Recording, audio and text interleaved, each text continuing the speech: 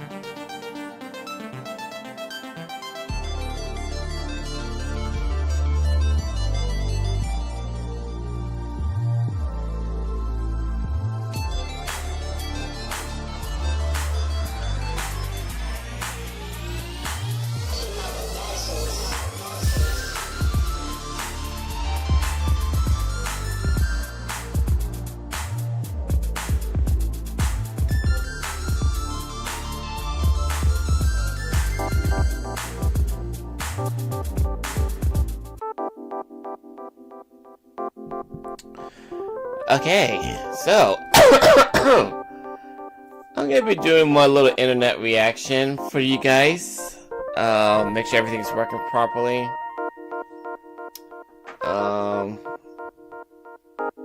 So you already got the notification for that. That's good.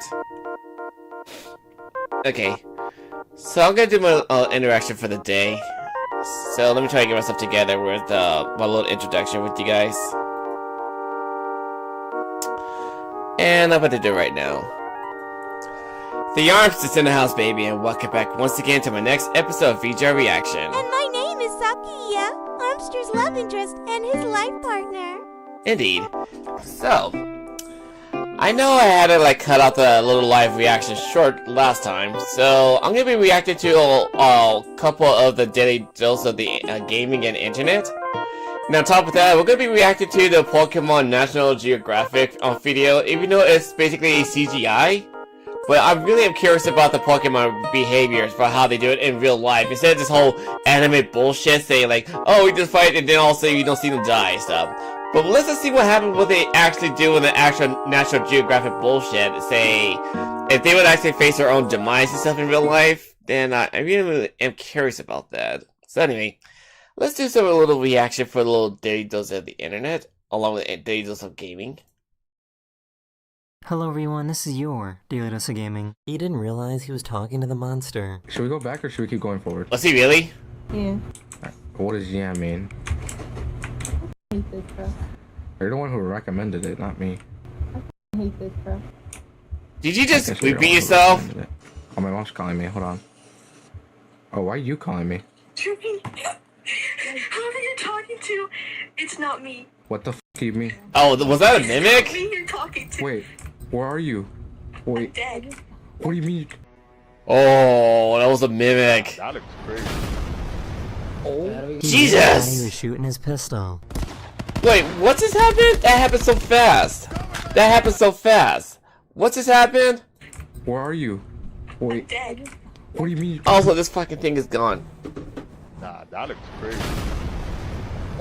He really thought he God was shooting damn. his pistol. Jesus. That's one hell of a way to go. Balloon tower defense monkey. Goodbye. Oh, The Jesus. voice acting in this game feels a little too real. Does it really?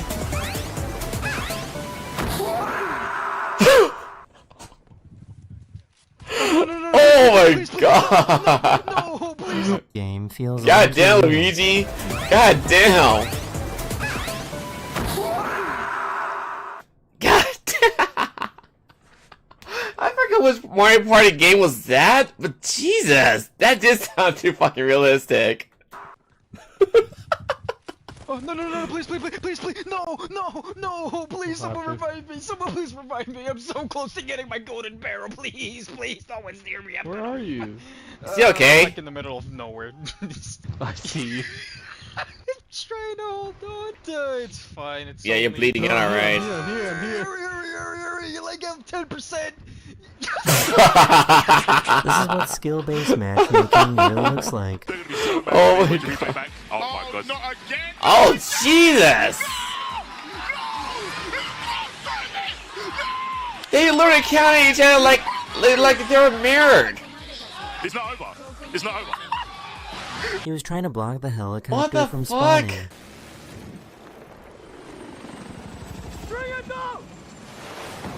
Well, there he goes. He's gone. Did you just toss a cheese at him? Yep. You just shot a real cheese at him. And completely lactose is overpowered. Spot that won't send you flying off a cliff. Go to about here. You're so considerate, thank you. Oh damn! This is why you should He's always have your considered phone alright. on He's silent. considering lending into to the cactus. Oh!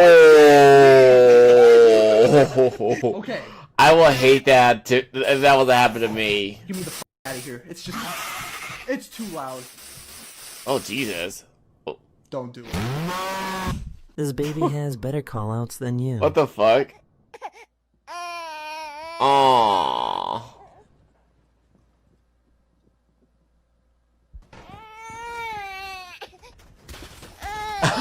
Ace is dead. She's being a mother. While she gaming. Props to you though. Oh Jesus!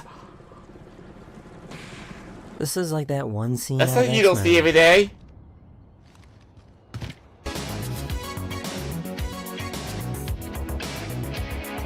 I hope this doesn't get me copyrighted for that kind of stuff. That got me copyrighted last time I was playing stuff like this, and all of a sudden I can't even show it This to you felt like a guys. personal attack. This is Outlast. Bro, I'm 29. Okay, god damn, you're all this. Senior citizen. Holy shit. You call 29 old? What the fuck? Ask me, shall we see? This is the most insane redstone build I've ever seen. I designed a fully functional Millennium Falcon. It has a complete interior and special functions that include a fireball cannon. I tried to keep it as lore accurate as Good lord, what the fuck? You had a lot of patience to be making something that unfunctional. What the fuck? possible, and I genuinely think it's the best looking build I've made. Hey, you made it. You made it move in the air. I've seen. Amazing. What the hell?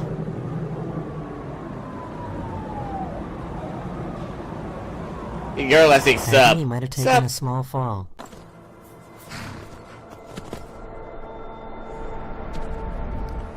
What the fuck? Oh, down you go.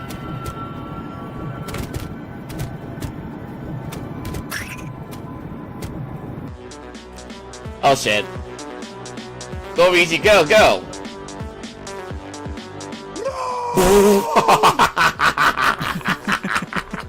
Don't you just hate that? Can't be this hard. Don't you just hate that?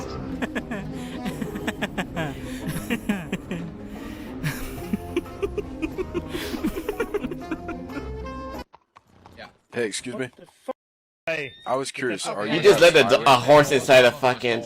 What? The horse can't be in the store. Out of my stall. What do you mean it can't be in here? It is in here. He didn't realize the game had started. What the fuck are you eating? Celery? Nope, bag of chips.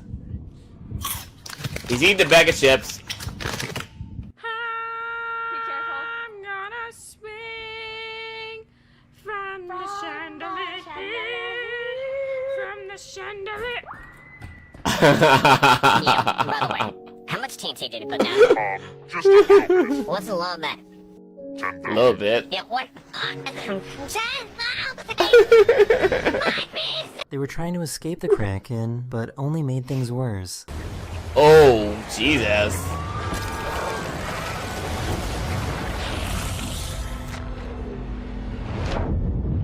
What the fuck? What the fuck? That's creepy. Ooh-la. La. That's a mullah. That's not a good sound. What the fuck? What happened to you?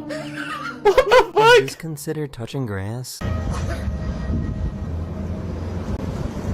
Now what we had in mind for touching grass, dude. It's literally means like stay away from electronics. That's what they mean by touching grass. Oh, that looks so realistic. Impressive. That looks so realistic.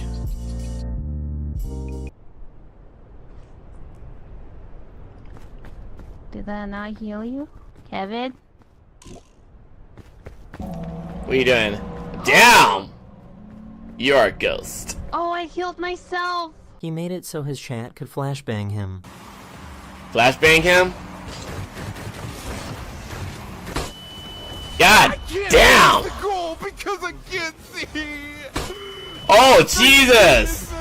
My feet hurt. That's brutal to go through all that shit. Use a new pair of shoes. That's a woman? Please. That's a fucking woman? Oh no! Oh no! No! No! No! No! Oh, no! No! No! No! No! No! No! No! No! No! Wait, what was the option? What was the option? Oh no! Oh no! Oh, go back. Help me out, please. What was the option again? Sorry, I can't help you right now. Like, or get lost. Oh no! Oh no! No! No! No! No! Oh no! No! No! No! No! No! No! No! No! No! No!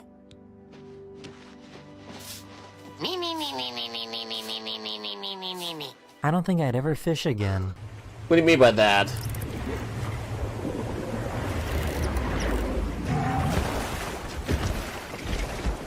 This might be the first ceiling fan in history. I agree with that statement. I wouldn't go fishing either. Fuck that. If I see something that massive in real life that wasn't EV, I said get the fuck away from me. I'm done fishing forever.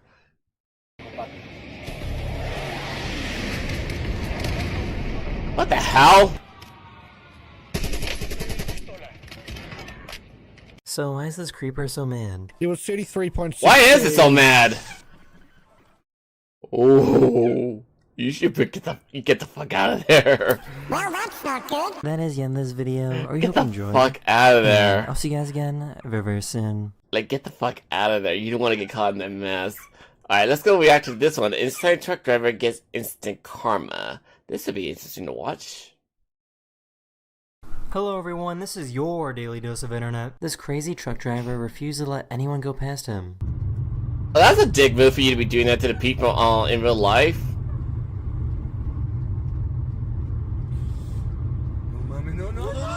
Holy shit! Holy balls! A cat somehow got into this bench What the and fuck? set off the alarm. What the fuck's that truck driver's problem? It's this thing called common courtesy. I fucking can't stand people like that who's just gonna act all like king of the road and also hog on the road for themselves. I fucking can't stand people like that. There are little people who's like that. And then all of a sudden they're like that was definitely the truck driver's instant karma. He fucking deserved it. Or they'd even fucking deserved it. Fuck them. Oh jeez! We got to set up a cat burglar! Not literally. I have never seen a kid so passionate about dancing. Oh my god, that's so funny. Ooh, look at them go. Look at them go! They're gonna grow up to be great dancers. Amazing. Look at them go! Damn! You kids still know how to do a little dance in samba. Looks like it actually works. What the fuck was that? Was that like a flutter jump or something?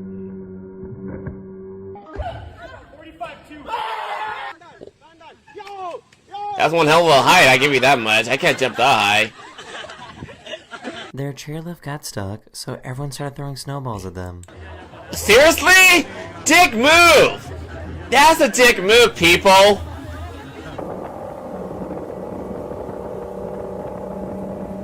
What the fuck? They tried this trick to keep their cat off the kitchen counter. What do you mean? Oh! It worked! I give it that much. I had to keep that in mind in the future when I have a cat like that. Oh, you do that to your child? What the fuck, dude? It's true. I adopted you. I'm sorry that the truth has to be revealed this way. Wow. What's up, Birdie? Let's go to bed. What? Because it's like 10:30 and I'm tired. Okay. The game's up. The game's over, dude. Okay. What's wrong with This him? pizza delivery guy got into a car accident, but the police helped make sure the pizza still got delivered. Oh, that's nice of him. Oh my god. Ooh. This YouTuber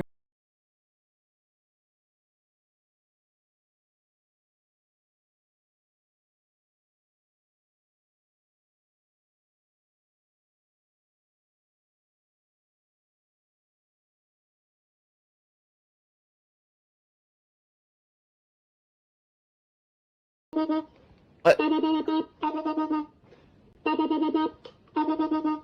Oh my god, what a little mockingbird. What a little mockingbird. I mean, it's kind of cold outside. You need to make sure that nothing will come in the car. Look at that. She might make it. Oh my god. Look at the dog go. Oh, no, she might. Look at the... Oh, it's she. Look at her go. This guy can solve a Rubik's Cube while water skiing. What? How do you do that? How the hell are you doing that? His car horn wasn't working, so What he a hooked up his show-off. phone to his speakers. What the fuck?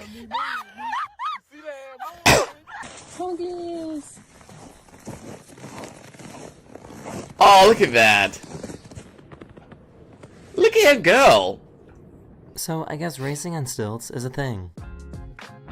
I guess it is. I never saw that coming. I never seen anyone do that in real life till now. This is the first time for everything, huh?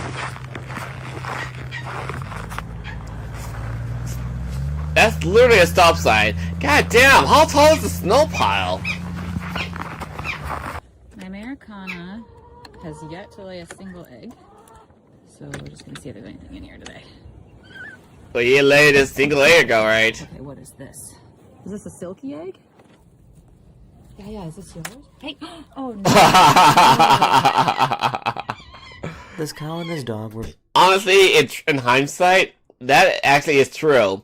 Because we have chickens in the backyard and they actually do eat a broken egg and stuff just to get some protein. Like, if an egg is broken and stuff and they need to get some yolk just to get them strength, they will literally eat the egg's yolk and stuff. Even turtles as well. Because, like, even if it's not fertilized, they will eat the yolk in order to gain some protein. I don't know how that works with them with their taste buds. Personally, that'd be disgusting because it's like they're eating their own period. both spotted running away from the police. Well, they're running for the cops, alright? They don't want to be sent to the butcher. I just found out that bowling robots exist, and they're actually really good. This is about to strike. What? An AI does bowling? These students saved this cat that got stuck. Well, we're definitely gonna have a hard time with the competition, won't we, folks? Like, considering the fact that our AIs are advancing even to this day, they're gonna give us a hard time competing against them in the actual Olympics or any competition along the way. So yeah, we're in deep trouble, folks. We need to give our games up before the AI takes over and take over our fun times together. Why? For some reason, her keys were also unlocking the car right next Wow. to her. Photo's my car. That's not my car. That's my car. Whoopsie. What the fuck? That's a... Honestly, that's quite a predicament. Because if you were to be having someone else having a car similar to yours, but they somehow managed to get inside your car without your permission or your consent, that would be a big problem. Especially if you keep something that's confidential. Here, let's say it's my ball, bitch. Nah, it's my ball. I want my ball. I want to eat. What is wrong with this kid? Dead weight this time. He's definitely a dead weight, alright. This person saw this white trail on the road and wanted to see where it led to.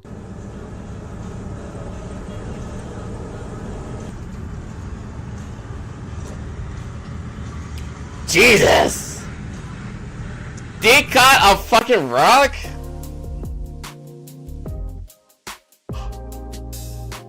Jesus! That's quite a height you got there.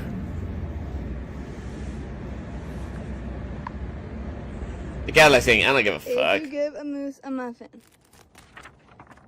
he'll want some jam to go with it. Wow. He likes So it. true. I don't Wait, give come a back, I'm not fuck. done reading.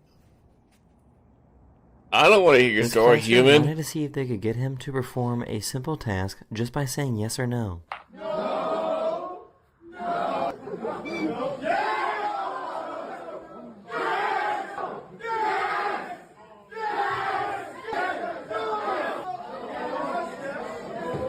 What the fuck you guys want from him, people?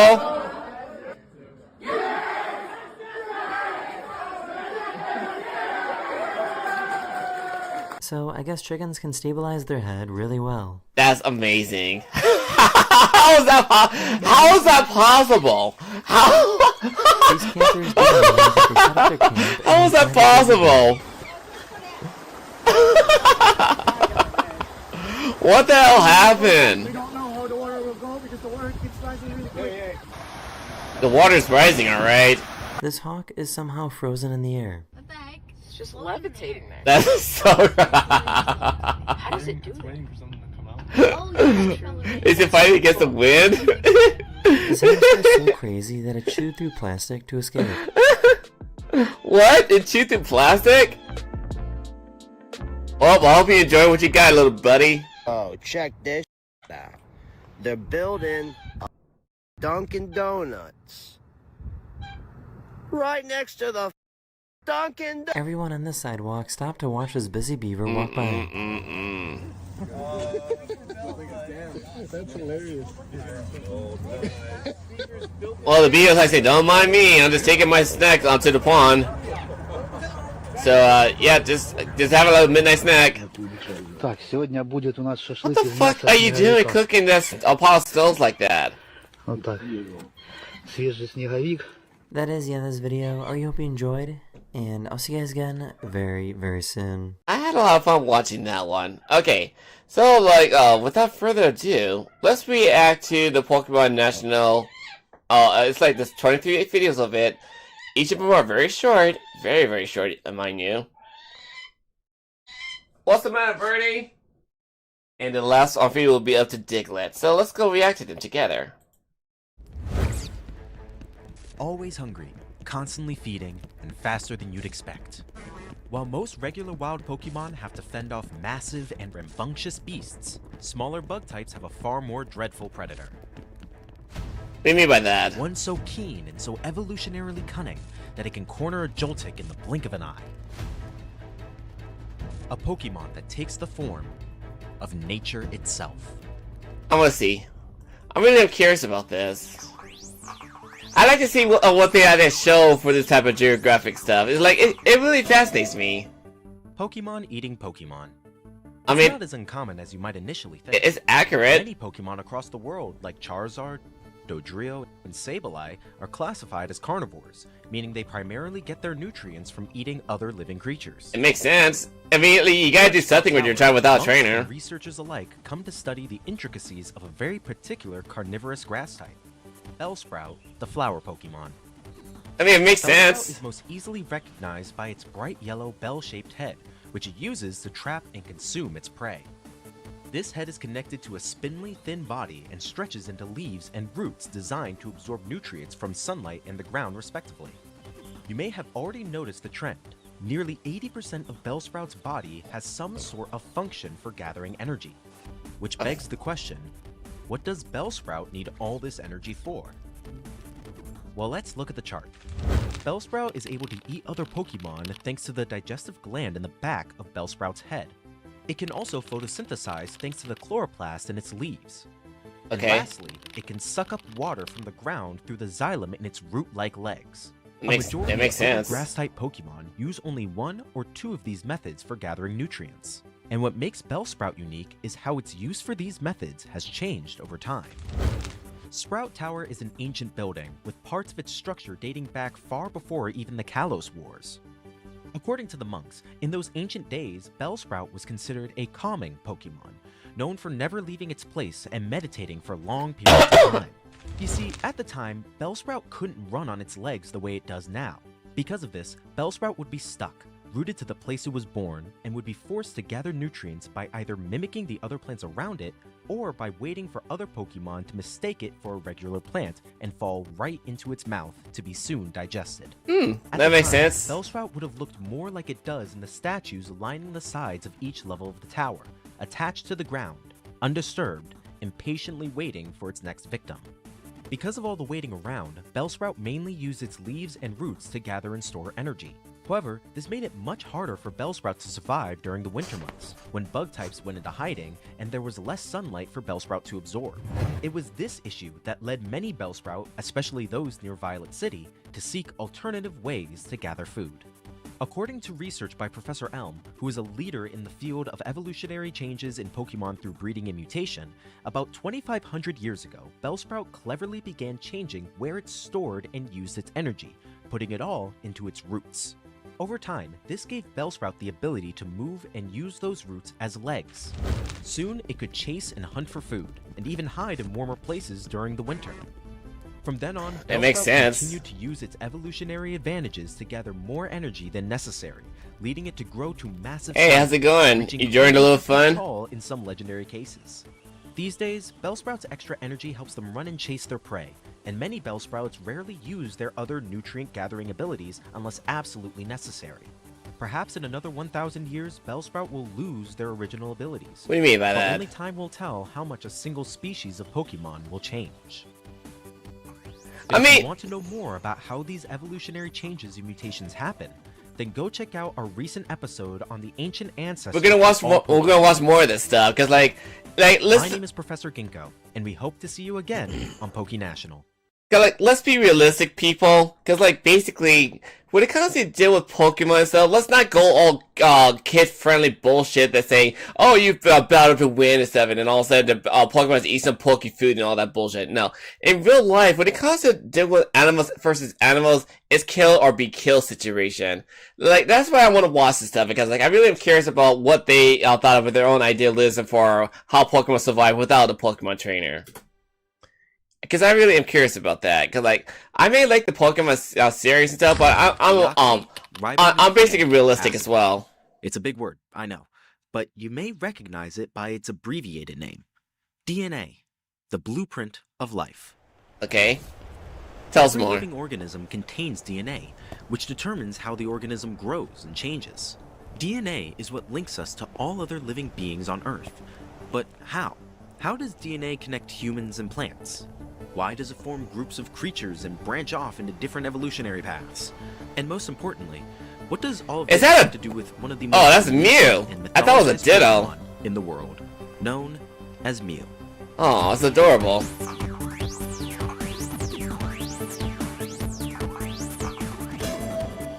Mew is considered to be the ancestor of all Pokemon, but how do we know that to be true? Mew is a nearly endangered species, and sightings of it are very rare. The only reliable place to find Mew is, for some reason, at an abandoned truck at the edge of Vermilion City's harbor. Oh, look at that. This limited ability to study Mew means we don't have much footage or documentation of the creature's biology. However, from what we do have, we can trace a web of patterns left by It's adorable. DNA over hundreds of thousands Look of at that. years through many other Pokemon, all eventually leading back to Mew. Oh. So how about we go a bit deeper to see how this all works? This is a cell. They are basic building blocks that make up creatures like me, you, and Mew. Cells have these little central I units fucking called a know that. nucleus, and within the nucleus is DNA. DNA is shaped like a twisted ladder called a double helix, with the steps of the ladder formed by paired bases. There are 4 types of bases in DNA: adenine, cytosine, guanine, and thymine. The order in which these bases are aligned on the DNA dictates Mew's features, Like what? such as its pink skin, soft fur, and even its unique abilities. But when DNA is copied and reproduced, mutations sometimes occur. These changes are very natural, and evolutionary mutations can be beneficial and harmful. Each time a new Mew is born, slight changes may happen until the creature no longer resembles the original Mew. What do you mean by that? For example, one reason Mew has always been so elusive is because of its ability to disappear with a cloak-like camouflage, a trait that was traced back from Ghost-type Pokemon. It is theorized that a Pokemon like Ghastly is a split evolution of Mew that evolved to have less form and shape in exchange for better use of this non-corporeal ability. But let's get even more specific. Try Magnemite, for instance. Magnemite are known and named for their ability to manipulate their own magnetism, which allows them to create electrical shocks and balls of energy. Fortunately, we have documentation confirming that Mew also possesses this ability, though less strongly. It is theorized that much later in Mew's evolutionary line, when humans started industrializing, Mew evolved further to fulfill additional roles, ultimately leading to the creation of what we now recognize as Magnemite. In the case of Magnemite, it has been posited that over many, many years, Mew's body adapted to manipulate the energy around it, changing from its psychic typing to electric, and maybe even ground at some point. These changes came and went, and Magnemite is just one of the many versions that evolved. So if that's the case, maybe Mew isn't as mythical and rare as we think. If all Pokemon were once this pink little furball, then perhaps we don't live in a world of Pokemon. Maybe this is just the world of Mew. I mean, it's still adorable, to be honest. I mean, the people who worked on the animation did a good job with little idealism for their national. I've been your host, Professor Ginkgo, and I can't wait to see you next time in the wonderful world of Pokemon. I mean, to be fair, like, the people who worked on the animation did a great job with making a national footage of each of the creatures of Pokemon, on how their behavior works for their real life without any human partner to fight by their side and all that shit. It really is creative. I like the idea for what they did with that kind of stuff. Alright, let's go to the next video, please. Fake Dragon. What's happening here? Oh, Jesus! I would've got the fuck out of there too. I was like, oh hell no. I ain't about this life.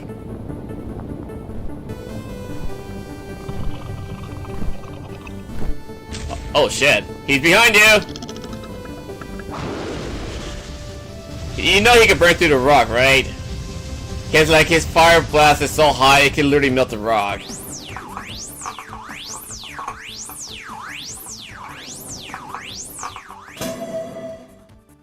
Dragons. Fierce beasts known for their immense power, prowess, and intensity. Dragons are mainly identified by their aggressive nature, large wings, and God damn! their ability He killed that thing! But if that's the case, then why isn't this Pokemon a dragon? Yeah, well, I've always been curious. Why have they not classified this Pokemon a dragon? It clearly acts like a fucking dragon. So why is it not a fucking called a dragon?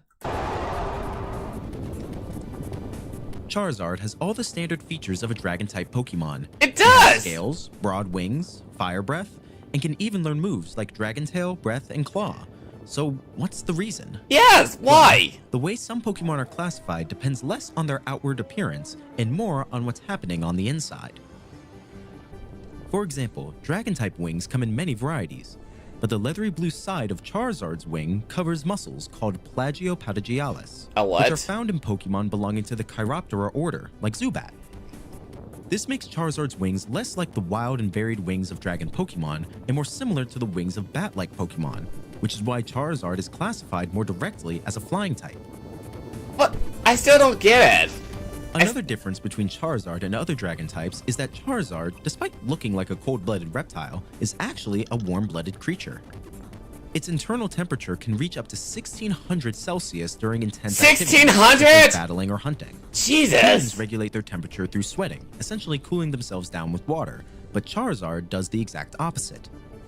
Since Charizard has no sweat glands and spends its time in hot environments, it expels excess heat through its tail or mouth. In fact, Charizard's iconic flamethrower isn't just an attack, it's a way to rid itself of internal heat. When Charizard shoots flames into the air after a battle, it's comparable to a human pouring water over their head after a long run. And the differences don't stop there.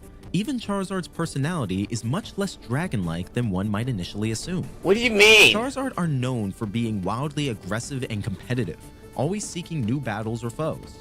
That's basically the whole point of dragons act sometimes. Although stories in fiction might imply this is a dragon-like behavior, it's actually not. Instead, it's a common misunderstanding where humans take traits that are more exclusive to Charizard and generalize them onto dragon-type Pokemon. What? Most dragon Pokemon tend to be calm and reserved, often keeping to themselves because they reproduce infrequently and don't want to put their young in danger. Charizard, on the other hand, takes a different approach. Instead of defending themselves and their young, they are very offensive.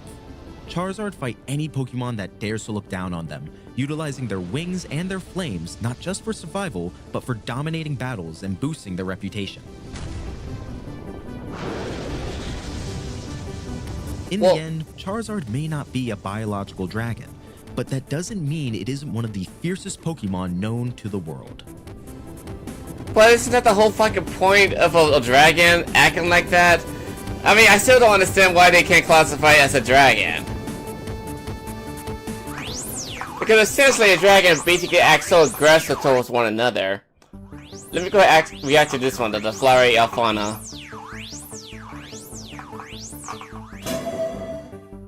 Plants versus animals, flora versus fauna, people versus Pokemon. Scientists create these categories to help distinguish living beings with unique traits, abilities, and behaviors. But what if there was a creature that existed in between these classifications? A being that embodies both flora and fauna? Well, that creature exists, and it's known as the Bloom Pokemon. The Bloom? Standing at an average of only 4 inches tall, Flabebe sports a white, cotton-like exterior with a grass-colored abdomen that ends in a tail resembling the stem of a leaf. Atop Flabebe's head is a crown of pineapple or orange berries, typically received from their parent upon birth. Once they leave their parent, Flabebe begin their life cycle with a flower. In Floaroma Town, you can often spot newborn Flabebe teetering along the edges of flower beds, searching for the flower they will cling to for the rest of their lives. The flowers and Flabebe exist in harmony, utilizing their characteristics as both Pokemon and plants to support one another's journey. While this might lead to confusion about Flabebe being a grass-type Pokemon, it is in fact a fairy type, whose strength lies in the emotional connections it shares with all living beings. Once a choice is made, Flabebe wraps its arms around the chosen flower and secures its stem-like tail to the flower's pistil. From there, Flabebe lifts into the air, propelled by the winds as it embarks on the next phase of its existence. Okay. In spring, you can witness many Flabebe soaring into the sky, often forming groups with 2 or more of their peers. Despite reproducing asexually like many plants, Flabebe exhibit the animalistic trait of forming lifelong pair bonds, usually selecting partners early to embark on their aerial adventures together. As one Flabebe joins to form a pair, 2 become 10, and soon large groups of Flabebe can be seen gliding through the winds and dancing in the sky. This allows them to transport their flowers to distant lands, sowing their seeds from region to region, united as both flora and fauna. Together with their partners, Flabebe demonstrates that not every creature fits into a single category, and that our uniqueness in the qualities we share can reveal more about who we are. They are adorable looking, to be honest. The next one's gonna be Dodrio. But I really do like the creativity for how they look. It's really amazing to look 3 at. is often considered a lucky number. But what do you think about having 3 heads? Or perhaps 3 hearts, or 3 lungs? While that may sound a bit weird, there are actually many creatures in the world that possess multiple of the same body part. Some Pokemon have 3 eyes, others might just have 2. Some Pokemon have 4 legs, others maybe none. But the most popular example of a Pokemon with multiple body parts is the triple bird Pokemon, Dodrio. Dodrio is an incredibly unique creature featuring triplets of many of its body parts, including 3 heads, each with its own brain, 3 hearts, and 3 sets of lungs. Okay. Even if it's not as fast as its previous evolution, Doduo, having multiple lungs enhances Dodrio's endurance, allowing it to run continuously for up to 8 hours a day at 8 fucking hours? per hour. God damn. However, such high energy expenditure comes with a massive dietary requirement. Or what are you gonna eat? Dodrio's sternum contains 3 separate stomachs that all connect to one intestinal system. What do you Eating eat? Each head, and consequently all 3 stomachs, is quite the challenge, leading Dodrio to be an exceptionally ravenous Pokemon, constantly biting and pecking at nearly every creature that comes within its reach. Additionally, Dodrio's dietary preferences differ depending on which head is eating, making it a challenging and costly Pokemon to care for as a trainer. While it's easy to view Dodrio as a singular creature, it's more accurate to see it as 3 beings sharing one body. Each head has its own personality, likes, dislikes, and more. In fact, conflicting opinions are common among Dodrio's heads, leading to frequent arguments and battles for dominance over different motor functions in the body. And yet, it's not all fighting and eating for this Pokemon. Thanks to having multiple brains, Dodrio is one of the most intelligent Pokemon around. This intelligence has also led to folklore surrounding Dodrio. In some stories, each of Dodrio's heads represents different emotions, such as happiness, anger, or sadness. There are also tales of Dodrio being descended from the 3 legendary bird Pokemon, Articuno, Zapdos, and Moltres, with each head being connected to one of the legendary birds.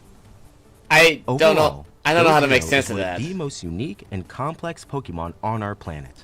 By examining its biology, habits, and skills, you can truly appreciate how lucky things come in 3s. Honestly, having that multiple heads like that while you're bickering to one another, that's gotta be a pain in the ass to be going through all that stuff. We got Gnome. Let's react to this one. Bug types are the weakest and most fragile Pokemon in the world.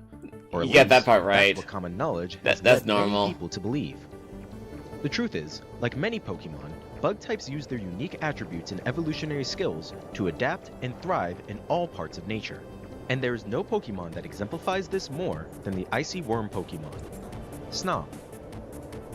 Snom is a peculiar little fluffball of a Pokemon. Like many young bug types, Snom is a larval Pokemon, meaning it is the first in its evolutionary line. While many bug-type Pokemon have a fondness for eating grass and vegetables, Snom takes a different approach. Due to the lack of nutrient-rich plant life in its frigid environment, Snom has evolved to eat and digest the snow that falls from the sky. What? They prefer freshly fallen snow, and it's common for Snoms to find their way to higher vantage points to catch the snowflakes on and between their fluffy mandibles. Okay. On top of this, Snom has an internal organ unique to its species that is used to break down and redistribute cold thermal energy throughout its body, causing a shell of ice to grow on its back. The more snow Snom eats, the more it can develop its protective shell, which takes the shape of icicle spikes to ward off predators. That makes sense. The weight of Snom's shell is nothing to laugh at. Despite Snom's average size being around 0.3 meters, or 1 foot, its weight can vary from 3.5 kilograms to over 11 kilograms, or 25 pounds. Jeez. That's Snoms gotta be work very hard annoying. to grow this shell, and not just for protection.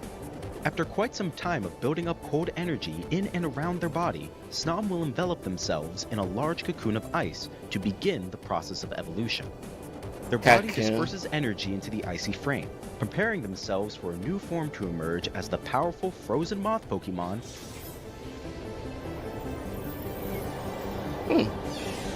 Interesting. This is quite fascinating to learn.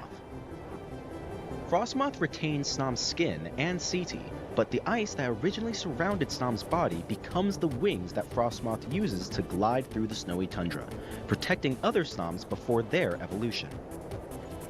Genuinely, it's Snom's resilience and adaptation to their environment that makes them such unique organisms compared to other bug-type Pokemon. The next time you think a bug-type may be small and fragile, consider Snom and all the strength it takes for them to live their daily lives, eating, growing, and evolving into one of the most potent bug-type Pokemon out there. Well, to be fair, they almost kind of look like the Pikmin enemies you had to fight, but yeah, that's actually pretty interesting stuff to know about that guy, document. I like that kind of stuff. It's really interesting how they share with the world. I like this. This is Squirtle documentary. When you think about Squirtle, the tiny turtle Pokemon, what images come to mind? See, you found yourself a shiny Some might Pokemon? picture it gliding That's pretty cool gracefully through the cast crystal right clear there. waters of a lake, or sleeping snugly within its shell, which many people believe to be its home. Many popular media outlets, like the TV shows Squirtle Squad or Nuvema FD, have represented Squirtle in disappointingly inaccurate ways. I'd like to see the more. actual reality of Squirtle's behavior is far richer and more intricate than what these shows may suggest. That's basically why we're watching For this. example, I want to know more. Squirtles are inherently communal beings. Observers can sometimes locate these charming creatures basking alongside lakes and rivers. However, their aquatic habitats do not serve as their primary residence. In fact, if you'd like to see a Squirtle's true home, you'll have to look upward, into the trees. Squirtles frequently take advantage of the warmth of the sun by resting on high branches. This behavior is particularly critical for these cold-blooded reptiles, as they thrive in warm, sun-drenched environments that forests provide. That makes The sense. congregations of Squirtles often form in areas abundant with sunlight spots, where they engage in a variety of activities essential to their well-being. These Pokemon swim and climb in search of food while also partaking in a unique communal grooming process. What do they Through a eat? gentle application of the move water gun, Squirtles clean each other's shells, demonstrating a social bond that underscores their collaborative lifestyle. For these creatures, their shells are treasured possessions, and they invest considerable effort in ensuring they remain smooth and cool, both for personal comfort and readiness in potential confrontations. Contrary to the typical portrayal of Squirtle as a fierce that combatant Squirtle with the glasses ready to is stand adorable. its ground like its evolution Blastoise, these creatures exhibit a notably protective temperament. When startled, a Squirtle can swiftly retreat into its shell, a strategy that provides them with security. In understanding the true essence of Squirtle, it becomes clear that this water-type Cantonian starter Pokemon embodies a compelling blend of community, protection, and serenity, thriving in the gentle embrace of nature while navigating the complexities of our world. Okay, that was some small fact that we know about Squirtle. This is about Tinkaton. Hey, over here. What? Look, did you catch it? Catch what? These dang clouds. Oh, almost saw him. Did you see it? It's right in the clouds there. Oh, there she is. Corviknight, one of the most durable and stoic flying type species in the Corviknight. world. Here you can see Corviknight flying its way over the skies of the Paldea region. While this species is originally from the Galar region, it frequently flies south to Paldea for the winter so that it can enjoy the region's warm climate. It was Tinkaton, right? However, this journey doesn't come easy to Corviknight. No, there is one Pokemon in Paldea that despises Corviknight. An anger so strong that it has become an instinctual evolutionary factor in this Pokemon's DNA. Corviknight has to be careful, or it may end up running into its greatest enemy, the terrifying, terrorizing troublemaker, God damn. Tinkaton. Oh, Jesus. Don't be fooled by its fluffy pink demeanor. Tinkaton is a very intelligent Pokemon with a bad habit of bad behavior. Tinkaton is a frequent thief and can use their unique ability Pickpocket to take items from fellow Pokemon. They wield massive hammers that can weigh up to 220 pounds made from metals and rocks they take from anywhere they can find. 220? However, their favorite Wow. and most violent pastime is to attack Corviknight by hitting rocks into the air with their hammers. In fact, many parts of a Tinkaton's hammer are frequently reused body parts of a Corviknight. Reused The parts? rivalry between these two Pokemon is so immense that it has baffled researchers for decades. Wow. But beneath its intense and unyielding aggression, this Pokemon has an incredibly intelligent mind. When challenged, Tinkaton can easily learn subjects like math or sign language, but because of how much they favor violence, Tinkaton frequently finds themselves working with trainers as partner Pokemon, focused on challenging gym leagues and general battling. It's been found that many Tinkaton will even seek out their own trainers to aid them in their quest for brutality. Oh, damn. So they want to train it to make them tougher. Tinkaton is quite the multifaceted Shit. creature, with its own wants, wishes, and victims. So be careful if you're in its line of sight, because you never know if it'll give you a hug or hunt you down. Yeesh. I don't want... Well, there goes that bird. That bird's just practically dead. Yeah, I don't want to be his next victim every time the Tinkaton like hunts you down with his hammer. What the fuck? Oh, that was a Lapis. What, does she eat the Staryu or something? The magnificent marine reptile, Lapras. Also known as the transport Pokemon, watch as this water and ice type elegantly traverses the water, passing its fellow Pokemon on its thrilling journey homeward. Female Lapras like this one display remarkable strength, capable of traversing hundreds of nautical miles in a single sitting. Known for their amiable nature, Lapras frequently lend a helping hand in transporting items and trainers across perilous waters. This Lapras, however, is traveling alone and has far more distance to get through as it makes its way towards the Orange Islands, where an enchanting new chapter of its life eagerly awaits. The babies have been born. Thankfully, Father has been there to watch over them and raise them while Mother was out. However, due to Lapras's dwindling population caused by the intense hunting of the species, male Lapras have become very territorial when it comes to their young. I can understand why. To keep your distance. I can understand why. From far away, one can see the baby Aw, Lapras it's as they begin adorable. to awake. Look at that. That's When adorable. born, baby Lapras measure to be around 8 inches long. 8 inches? That's the same height as Over Kirby. a span of only 15 years, these creatures can grow to be over 8 feet long and weigh nearly 500 pounds. Damn. It is only in their adult years when they learn how to swim. So for now, the baby Lapras stay on land, bathing in the sun. That's understandable why they have to be The territorial. species is Lapras's voice. No matter the age, Lapras has frequently been recorded singing a melodic tune that works as a form of communication for the entire Lapras family. If you ever get the chance to be near a family of Lapras, stop and try to listen for their song as they call out for their mother who is on her way home. That is a shiny Lapis. Look at that. That's actually adorable. I like the creativity, how they talk about the National Geographic stuff. I fucking love the creativity people put into. This one talking about Lucario.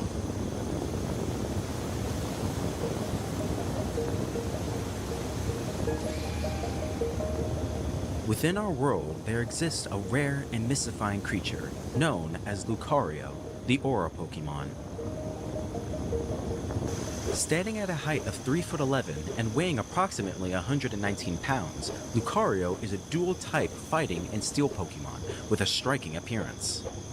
Its predominantly blue and black fur gives it a gallant and fierce look, completed by its sharp red eyes. Look at that! Look at and that! That's so fucking random. What makes this canine-like Pokemon unique is its ability to emit energy waves and control them with remarkable precision to sense even the farthest of beings. This inherent power led to the naming of its ability as Aura. Oh jeez, that seems accurate. That's very accurate. In the wild, Lucario can usually be found deep in mountains, living far from human settlements to hone their skills. They are exceptionally rare and have mastered the art of controlling their aura to the point where they can read the thoughts and movements of other beings. Through dedicated training, a Lucario can even read auras to understand the feelings of living beings from more than half a mile away.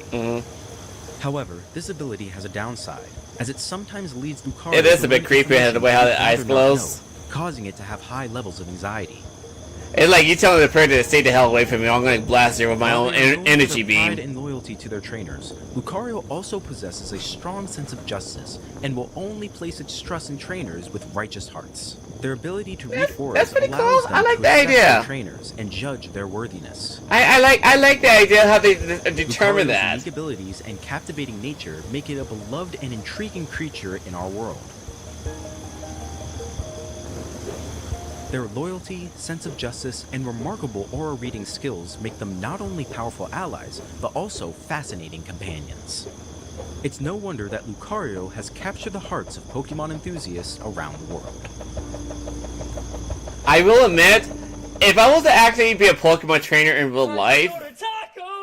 Whoa, we're no singing. Like, if I was to actually have an actual Pokemon or live in the Pokemon world, like, you see me and Sakuya in the Game Boy version of Pokemon or any Pokemon games in there with us in it, I would love to have Lucario by my side if he has a strong sense of justice, because I have a strong sense of justice, so I like the idea. This is true. So yeah, I like that detail how they choose the righteous heart for those who have the strong sense of justice. Digging, burrowing, and scavenging are the unique traits of the fascinating ground-type desert Pokemon, Sandshrew, the mouse Pokemon. Standing at a height of 2 feet and weighing on average 26.5 pounds, this extraordinary creature is a living example of adaptation to its environment. Sporting almond-shaped eyes, they look adorable though. Triangular ears, and a thick rock-like tail, Sandshrew's evolutionary advantages make it a formidable and cunning creature. The brick-patterned yellow hide of this bipedal Folidite acts as a shield against harsh environments of the desert, allowing it to blend in seamlessly with the sandy terrain. What about Sandslash? Sandshrews' ability to dig deep burrows for shelter and roll its body to withstand attacks demonstrates its extraordinary survival instincts in the challenging desert environment. This resilient Pokemon typically makes its home in deserts and arid zones where rainfall is scarce, relying on its exceptional digging skills to catch bug-type Pokemon. That seems accurate. Sandshrew has evolved to protect its soft underbelly by curling up into a ball. But how the hell you eat with no fucking mouth? Yeah, you don't see no mouth on them. Traverse the expansive desert at high speeds, showing its deep connection to its environment as well as its agility. Oh, it makes sense though. Like it digs like a mole, doesn't it? Skin gets wrinkled by moisture. You can commonly find it resting and drying itself off on hot rocks or even near volcanoes. The Sandshrew's survival in the unforgiving desert landscape serves as proof of the toughness and ingenuity of the natural world. I mean, that's a bit accurate though. We stopped playing the fucking music that you might get me copyrighted. So okay, this next one's gonna be talking about Ghastly. In the northeastern corner of the Kanto region, amidst scenic landscapes, lies the tranquil yet enigmatic village of Lavender Town. One of its most striking features is the sprawling gravesite, a solemn and poignant tribute to the brave soldiers who fought and perished in the devastating Pokemon War. This sacred ground has become a haven for a multitude of ghoulish and ethereal Pokemon, many of them wrapped in eerie tales and haunting rumors that have draped this sacred site with an aura of mystery and allure. Ghastly, the mysterious ghost and poison-type Pokemon, continues to intrigue trainers and researchers alike. with its body composed of 95% poisonous gas and the remaining 5% believed to be the remnants of We are the Nido Ran of basically Ghastly poison stands type, out so it as makes a truly sense. unique entity in the Pokemon world. Appearing as a black spherical Pokemon enveloped in a haunting purple haze and emitting a faint sweet smell, Ghastly possesses a toxic gas that can induce fainting and suffocation. Its ability to enshroud enemies regardless of size makes it a formidable battle opponent. Yeesh. Despite its mischievous and playful nature, Ghastly has a surprisingly willful side to its personality. What do you mean? It has been observed to preserve and pass on the memories of departed humans. Some Ghastly have even been seen haunting specific ruins or buildings, guarding the memory of individuals they deeply cared for in the past.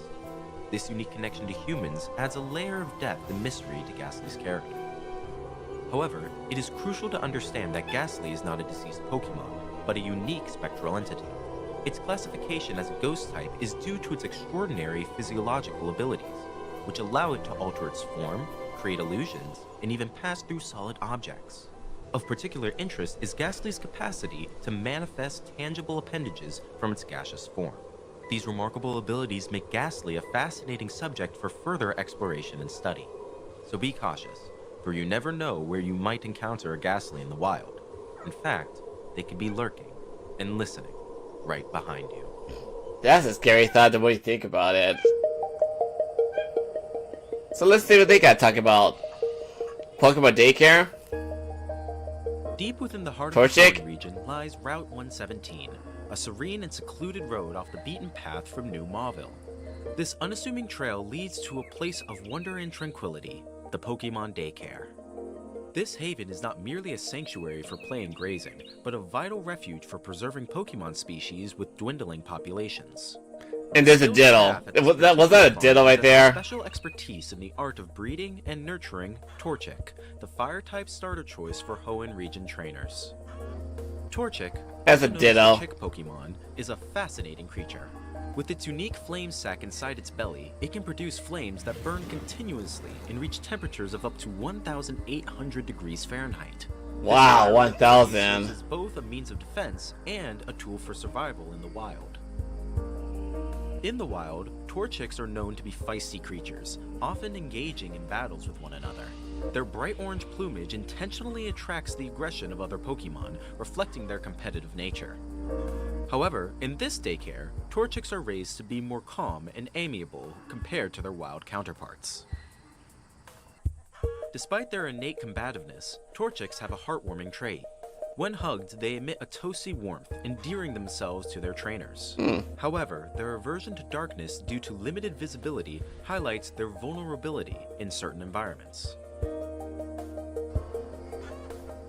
Outside of the daycare, Torchics tend to stick close to their trainers, following behind with unsteady steps. This behavior reflects their reliance on human guidance for protection and support. Okay. Overall, Torchic presents a captivating blend of fiery resilience and endearing vulnerability, making it a creature we want to preserve at all costs. It makes sense, because they're literally babies, so it makes sense you want to preserve them. This one just talks about Magnemite. I like the environment around here, it's pretty cool. Electricity is a remarkable natural phenomenon in which an electrical charge accumulates on the surface of objects, particularly in environments with low levels of moisture. This natural phenomenon is especially present in the dry air of deserts, making these regions particularly appealing to various electric-type Pokemon. Among the inhabitants of these charged environments, one can often encounter Magnemite, known as the Magnet Pokemon. Despite its modern robotic appearance, carvings discovered in the ruins of Alph suggest that Magnemite has a rich history going back almost 3,000 years. This hints at a long-standing presence in the region, sparking intrigue about its evolution and adaptation over time. Magnemite's distinctive features include a gray, spherical metal body adorned with blue and red-tipped horseshoe magnets on each side, as well as a single large eye. Its magnetic units produce an electromagnetic field, granting it the ability to defy gravity and potentially interfere with electrical equipment. This field can be dangerous if not handled properly, as it can disrupt electronic devices and even cause power outages. Notably, Ouch. the intensity of the magnetic fields generated by Magnemite increases with the speed of rotation. While not inherently aggressive, wild Magnemite may exhibit unpredictable behavior when approached by trainers, occasionally opting to flee rather than engage in interaction. But how do they eat? That's a bigger question. The Magnemite's existence lies in its unique method of communication with other electric-type Pokemon. These creatures have been observed utilizing electrical signals to convey complex emotions and thoughts. This communication method resembles bursts of electricity that function akin to radio waves, employing specific frequencies to convey intricate messages. This extraordinary form of communication not only sheds light on the fascinating and intricate world of electric-type Pokemon, but also underscores the depth of their interactions, a world that continues to amaze and captivate Pokemon enthusiasts. Okay, that's pretty interesting in a bit weird way. The Tag Tree Thicket at night. Mimikyu? During the day, this forest within the Paldea region is teeming with life. However, as the natural world begins to slumber, we start to see the emergence of Pokemon that we would have never seen otherwise. The most apt example would be that of the disguised Pokemon, Mimikyu. A ghost and fairy type, this Pokemon lives in dark places untouched by Yeah, that does humans. seem about right. When that it they, appears before humans, Ghastly it hides is a dead itself in Pokemon. fog resembles That's from another Pokemon Soul. To this day, its actual appearance is unknown. A scholar who once saw what was underneath the cloth was overcome with fear and died from the shock. However, it would be incorrect to perceive. Oh, it makes sense. It Pokemon does. Oh, constantly. Magnemite does the electricity. Mimikyu is frequently a lonely Pokemon, and it conceals its terrifying appearance beneath a disguise. It does this in order to get closer to other people and Pokemon in hopes of befriending them. Many trainers in the modern day feel that Mimikyu's urge for companionship is similar to that of a human's, though others it makes perceive sense. its use of a Pikachu disguise to be dangerous trickery. The most fascinating thing about Mimikyu and its disguise is how it's used as a defense mechanism. If Mimikyu is attacked, the rag can act as a decoy, but this will commonly destroy the rag in the process. Ouch. If Mimikyu's disguise is broken or its rag torn during an attack, it will try to fix it as if its life depended on it. It can truly make you wonder if Mimikyu is really the Pokemon underneath the hood, or the image that Mimikyu wants us to see. And also, Mimikyu could be OP if you fight against the final boss of the Pokemon Sun and Moon, if I recall correctly. Within the Hoenn region lies the small canyon desert of Route 111. This land is home to some of the driest and hottest landmarks on our planet, and is frequently I see some people down below. intense sandstorms. This desert holds many secrets of science and history hidden under miles of sedimentary rock, as well as many oddities milling about its surface. These oddities include Pokemon such as Baltoy, the clay doll Pokemon. Being a ground and psychic type, Baltoy moves by spinning around on its single foot like a top. Many Baltoy have even been seen spinning on their heads. Primitive wall paintings depicting this Pokemon living among humans have been found in ancient ruins in this very desert, confirming Baltoy's deep connections with people and culture. As soon as it spots others of its kind, Baltoy will quickly congregate and may begin crying in unison. Despite Baltoy's history with humans and society, it greatly prefers the company of its own, or even its evolved form, Claydol. In fact, groups of Baltoy will frequently look to Claydol as a sort of tribal leader within groups.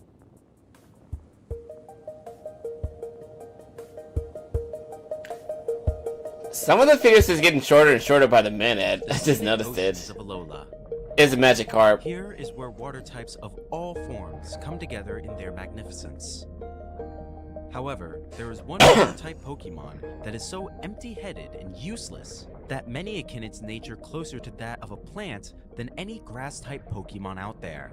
I'm of course talking about the inexcusable, bumbling waste of a water-type, Magikarp. God damn, you're talking trash of Magikarps. An underpowered, pathetic Pokemon. It has been known to jump high That's on funny. occasion, but never more than 7 feet.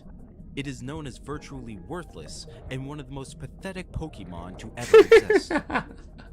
Until it evolves. Both power and speed, it is known for being very unreliable. Until In the distant it evolves. past, it was remarkably stronger than the horribly weak descendants of today. There is truly no other Pokemon on this planet as inane and useless as Magikarp. Yeah, that's like 1 minute for that one. This is Vaporeon. I don't want to mention about Rule 34 one because a lot of people will not shut up about that. Storm with its cuteness and charm. This adorable creature has become a fan favorite among Pokemon trainers and researchers alike. But don't let its cute appearance fool you. Eevee is much more than just a fluffy face. Eevee is known as the evolution Pokemon thanks to its unique ability to evolve into 8 different forms based on different evolutionary methods.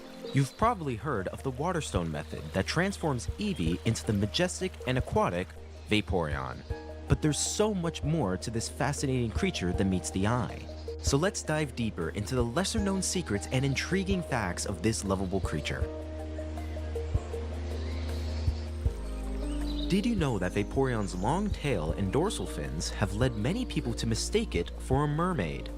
The creature's affinity for damp environments such as swamps and marshes has also fueled stories of mythical beasts or monsters with the power to control rivers and streams.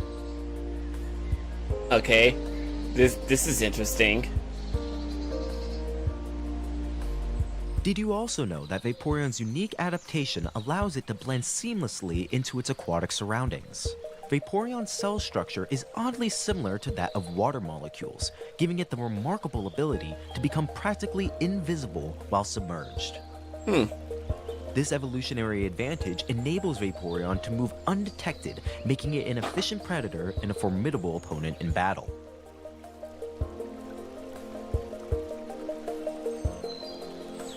Vaporeon's and the rest of Eevee's evolution's unique ability to adapt to their specific surroundings is a true marvel of nature, nearly perfected for survival.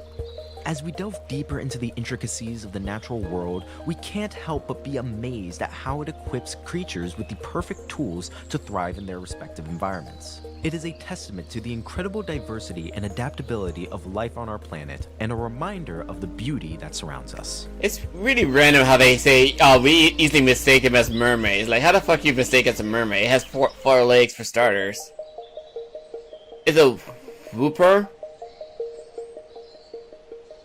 Welcome to the mesmerizing Marsh of Paldea, where we'll embark on an enthralling journey exploring the captivating phenomena of regional forms. As we delve deeper, we discover how a single Pokemon can transform and adapt based on its region of origin. This phenomenon can be found within the intriguing case of Wooper, a ground and water type Pokemon hailing from the Johto region.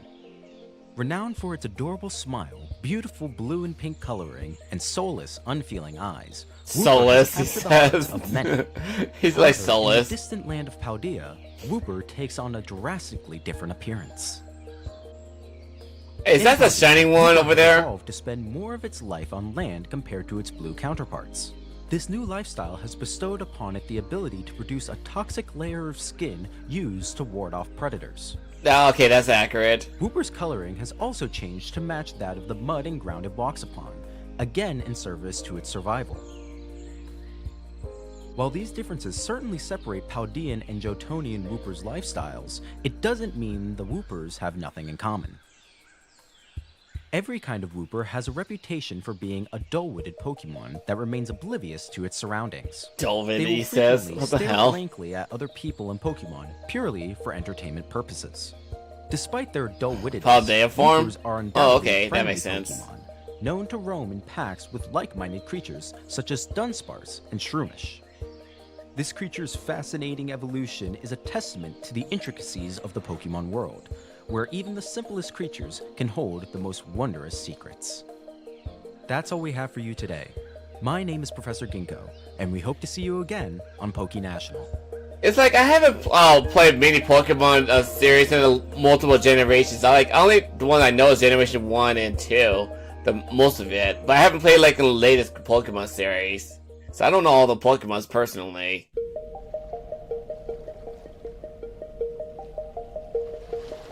Welcome to Dewford, a charming waterfront town on a picturesque island southwest of the Hoenn region's mainland. Although the island's size may be modest, it boasts a highly esteemed excavation and tourist destination called Granite Cave. What a which nice is rich view. in captivating ecosystems and fascinating Pokemon. Look at the structure of the Dense, cave. Winding tunnels of Granite Cave can be a daunting task for most humans. However, if you work with a Pokemon that can use the move Flash, you will be able to reveal all the natural wonders that are hidden in the shadows. That's so cool to look at. Let's try it now and see what we can find. In Flash. 3, 2, 1. Ah, well, if it isn't the darkness Pokemon itself, Sableye. Sableye are known to inhabit the depths of caverns, living a rather uneventful existence. However, they are often feared due to the myth that unsuspecting individuals will have their souls taken when witnessing the glow of Sableye's crystal eyes. What? In reality, the truth behind the mesmerizing gaze of this Pokemon is far more intriguing. That Pokemon's all Sableye twitchy. possesses a unique and distinctive dietary preference subsisting solely on crystals. Over time, these Pokemon have developed fur-covered claws that enable them to excavate rocks and locate their sustenance. Interestingly, they also leverage these claws for more aggressive ways of gathering the required minerals. The Carbink never stood a chance. Because of this specific dietary habit, parts of Sableye's body have grown to mimic that of its diet. Although not actually crystals, Sableye's eyes imitate the visual properties of citrine and diamond to attract unsuspecting prey. This unique trait also grants Sableye the keen eye ability, enabling it to detect enemies in light levels significantly lower than most other cave-dwelling Pokemon. Sableye has gained a reputation as one of the most fearsome ghost-type Pokemon in existence, so we advise to clutch your pearls when in the presence of this elusive creature to avoid becoming its next target. You don't want to be caught in that situation. This is all talks about Charmander. The choice of a fire, water, or grass-type Pokemon at the beginning of every trainer's journey. Each starter Pokemon is rare and unique in its own way. However, one starter Pokemon has risen to the point of popularity that surpasses its unique attributes.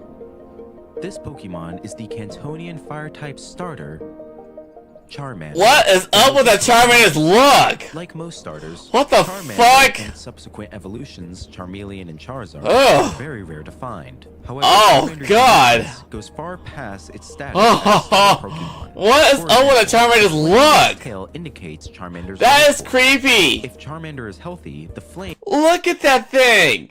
That is a creepy looking Pokemon. I don't think I want that Charmander. Fuck that. Squirtle was better looking than this one. will burn bright. Jesus. However, if Charmander is sick or getting closer to death, the flame will start to sputter out. A Charmander will dedicate its life to protecting the flame on its tail. However, this flame is also Charmander's source of power. This fire is what allows Charmander to learn strong moves at early ages, such as Ember and Smokescreen.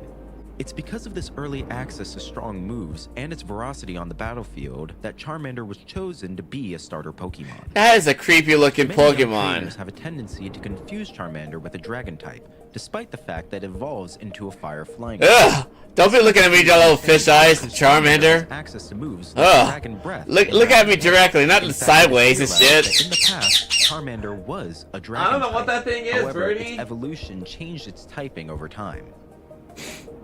Even with that change, My bird's like, what is that some thing? Of its dragon-like appearances. I can't blame the bird for Charmander questioning is that. a fascinatingly unique Pokemon. And if you're a new trainer, then we can guarantee you that Charmander will be one of the greatest partners you will ever have. Keep looking like that, I'm gonna go for Squirtle. Fuck that. Fuck that. Okay, it's Beedrill next. Welcome back to Poke National Geographic's first episode of 2024.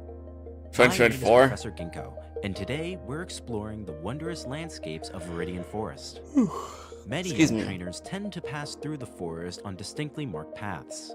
However, a majority of the forest's grand foliage is untouched by humans due to the incredible number of territorial Beedrill that call this place home. Beedrill is a large bug and poison type Pokemon with 2 sets of wings, a large antenna for sensing their environment, and 2 massive compound eyes that give nearly 360-degree vision. This incredible sight aids Beedrill when navigating at high speeds because it allows them to easily search for food while avoiding predators like Pidgeot or Scyther. To That defend seems themselves accurate. and their colonies from these threats, Beedrill are heavily armed with physical and chemical weaponry. Its large forelimbs have developed into cone-shaped stingers, paired with their own venom glands. These Yeesh. stingers are capable of delivering powerful poison-type attacks, like Poison Sting or Poison Jab.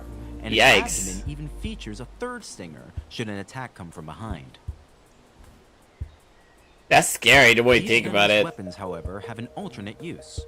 Unlike its closely related cousin Combee, Beedrill doesn't subsist solely on nectar and honey, because this Pokemon is a predator. Beedrill preys on smaller bug-type Pokemon such as Caterpie or Venonat, and uses its venom to incapacitate its prey. Afterwards, they bring their prize kill back to the colony for consumption and storage. That's a bit The accurate. creation of leaf-eating bug-type Pokemon within its home range not only provide Beedrill with meals, but also transforms the forest it resides in by reducing consumption of nearby plants, therefore leaving plenty left over for the next generation of Beedrill as they start their life as herbivorous Weedles. That's a bit accurate the way you think about it. It's like they're basically known as enemy towards one another, like Caterpies. Release entertainment, and I Shut up! I don't give a fuck. I mean, the last one is gonna be Diglett. This is and it's also Dugtrio as well. Welcome to the Pot Bottom Desert within the Galar region. This desert is an enclosed area covered in sand and frequently buffeted by intense sandstorms. However, on some days, the desert calms, revealing itself to be the home of many spectacular Pokemon species. My name is Professor Ginkgo, and I'm a Pokemon researcher from the Unova region.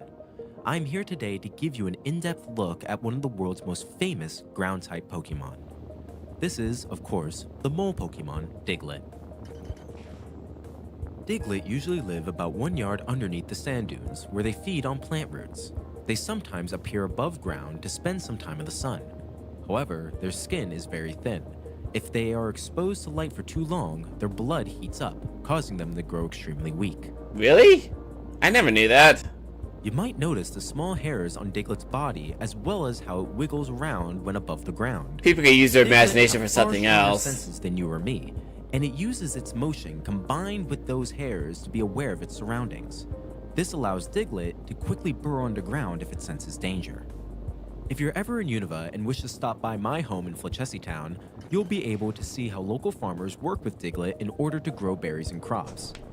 The reason this happens is because wherever this Pokemon burrows, the soil is left perfectly tilled for planting crops.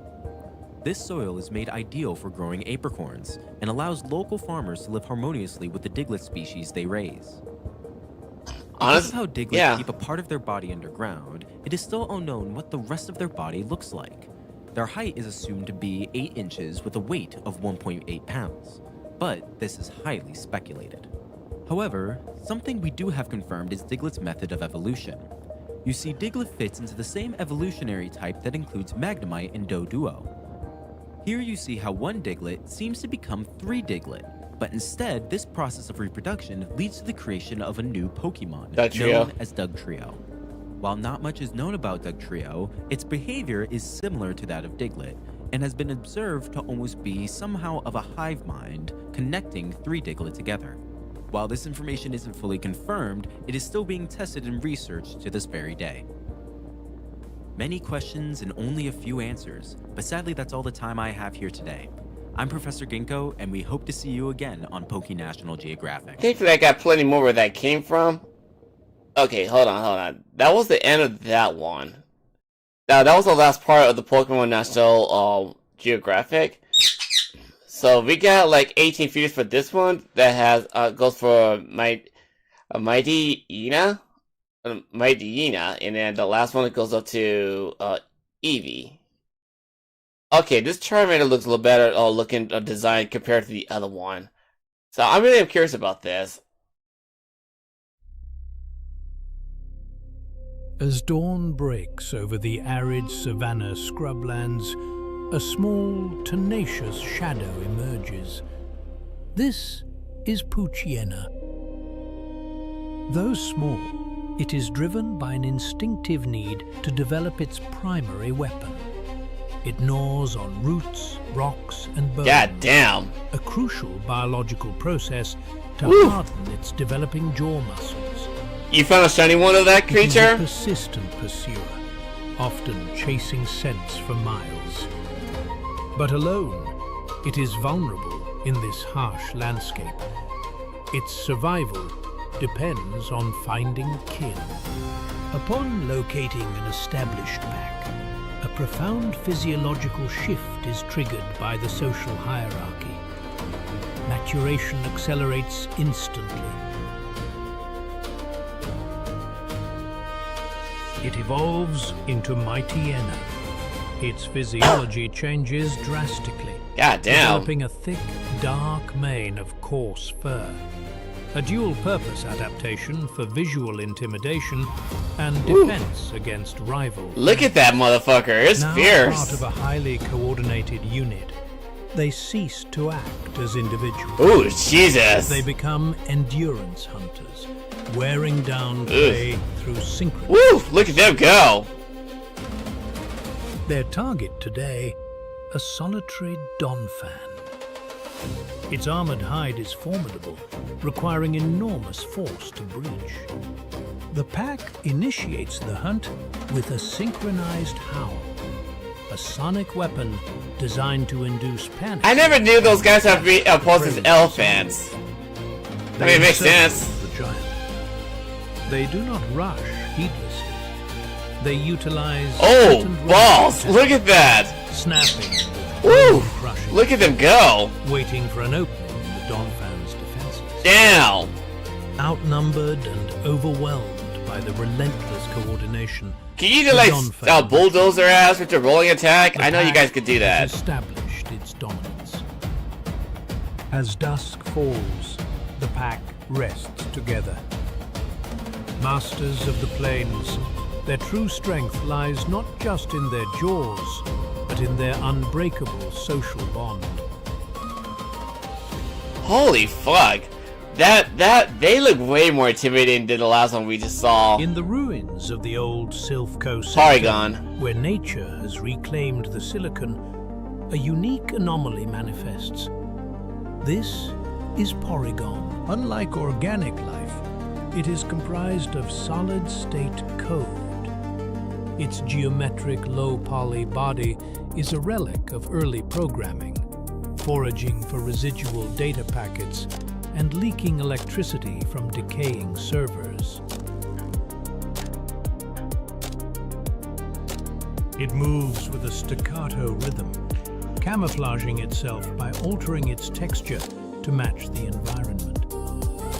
But survival requires an update. I need to put in the caption for this one. Intact upgrade. Yeah, the music's getting really loud. The code rewrites itself. The sharp angles smooth out.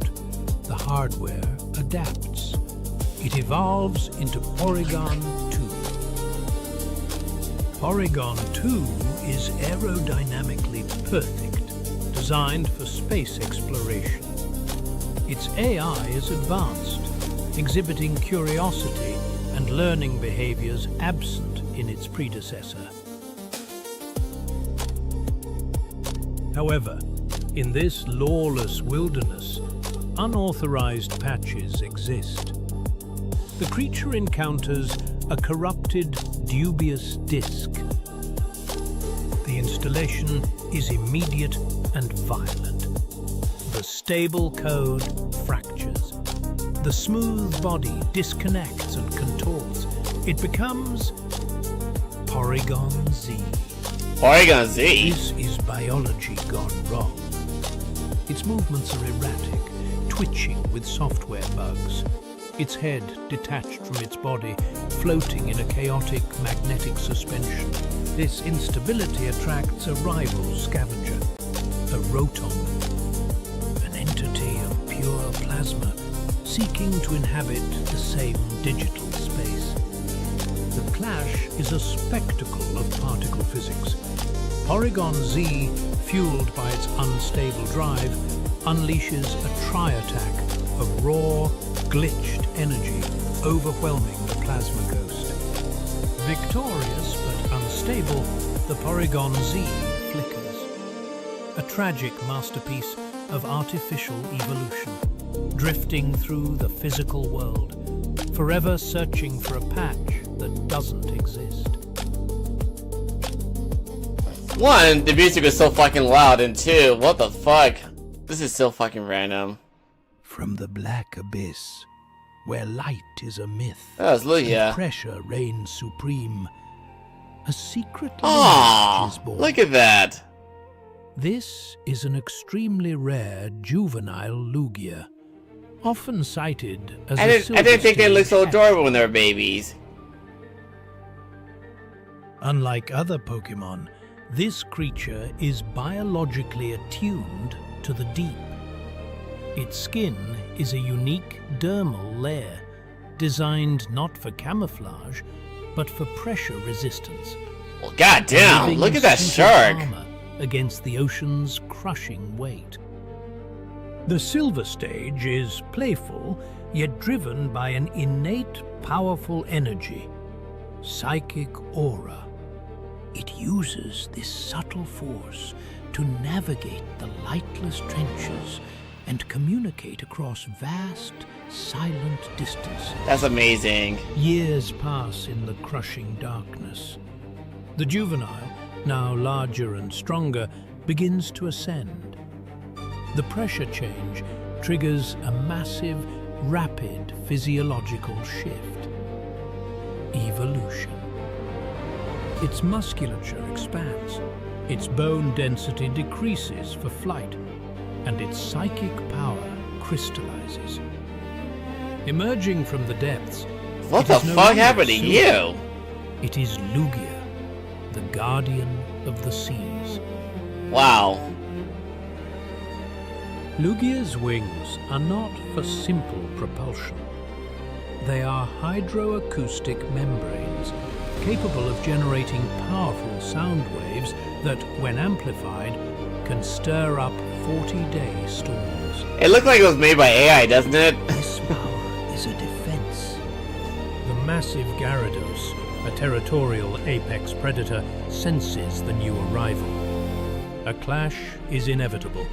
Two titans fighting Yeesh. for domain over the open sea.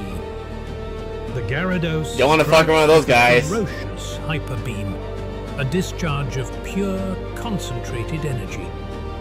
But Lugia counters, channeling its aura into a powerful aeroblast of wind and light. The battle ends quickly.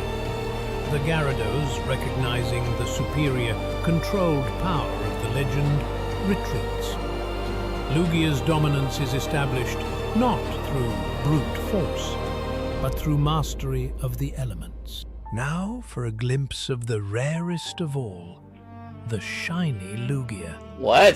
This is shining genetic Lugia? anomaly results in a stunning, pale, pinkish-white hue with deep crimson plates. Wow. A striking contrast, and a true jewel of the deep. From the depths to the skies, a master of both atmosphere and abyss. Lugia retreats to the churning waves, its legends secured, its power a silent vow to protect the turbulent oceans. That was pretty cool to watch. I mean, a lot of it was like, look, it was AI, but it was In pretty the cool. sun-scorched scrublands and temperate grasslands, a species has evolved not just for survival, but for pure athletic excellence. This is the fire-footed rabbit, the diminutive Scorbunny. Scorbunny's unique trait lies in its hyperactive metabolism. Its core body temperature is naturally elevated, requiring constant, frantic motion just to regulate the internal heat. Yeesh. It must run to survive. The Really? friction from its high-speed sprints generates a localized electrostatic charge. Its greatest threat is not a predator, but stillness. Really? The moment it stops, the heat begins to build, and the energetic Scorbunny must quickly find a source of relief. Okay. That makes sense. The Shinx, a persistent opportunist, targets the Scorbunny's exhaustion, forcing it into a critical burst of speed. As God the damn! Scorbunny You're getting chased by a predator. its focus narrows. It sheds its frantic energy for disciplined control, evolving into the adolescent Raboot. Raboot adopts a lifestyle of focused movement, Its fur has coarsened into an insulative protective membrane, allowing it to contain and control its thermal energy with minimal effort. It hones its speed not for escape, but for precision striking. The heat is now channeled into a single devastating impact known as the sizzling kick. Damn, look at it go. The final stage of development is the pinnacle of this unique biology. Through years of intense training, the Raboot is ready for its ultimate transformation. It becomes the ultimate athlete. It's like he became a Super Saiyan. Look at that. It looked like it was becoming a Super Saiyan. It's a finely tuned machine. It can create and launch balls of superheated plasma by precisely controlling the thermal energy stored in its chest. Wow. No longer needing to run from danger, the Cinderace stands tall, a master of ballistics, damn, speed, surveying its territory. A symbol of honed power, awaiting the next challenge. It's like it's fucking replicating its Dragon Ball Z stance. It's like gathering all the ore. It's ore farming. Hidden Kadabra? in ancient, overgrown ruins, where electromagnetic Yes, energy Abra. naturally pools, we find a creature living in a state of perpetual dormancy. I didn't know that looked like a cat. Is Abra. It sleeps for 8 And it's hours Persia. a day. Its rapidly developing cerebral cortex requires immense metabolic energy. Yet, even asleep, its mind is active. It possesses a reflexive defense mechanism and displaces its physical form to safety. Eventually, the brain reaches a critical mass. The need for sleep diminishes, replaced by an overwhelming surge of psychic output. Catching an Abra is fucking hard in the video game, to be honest. Into Kadabra. That's actually pretty cool. Kadabra is a walking psychic reactor. Its brain now generates alpha waves so intense they induce severe headaches in nearby creatures, creating a natural, invisible defensive perimeter. There's a Caterpie in a Rattata. This power is chaotic and overwhelming. To manage it, Kadabra must find and psychically forge a focus tool. It is not dining ware, but a naturally conductive mineral deposit shaped into a spoon. This spoon acts as a psychic lightning rod, grounding and channeling its overflowing mental energy. Without it, Kadabra's own power would become unmanageable. Huh. I never knew that. When by an aggressor, like this territorial Primeape, Kadabra does not use muscles. It relies solely on the amplified power channeled through its spoon. The confrontation is brief. Against pure psychic force, brute strength is meaningless. There's also Alakazam.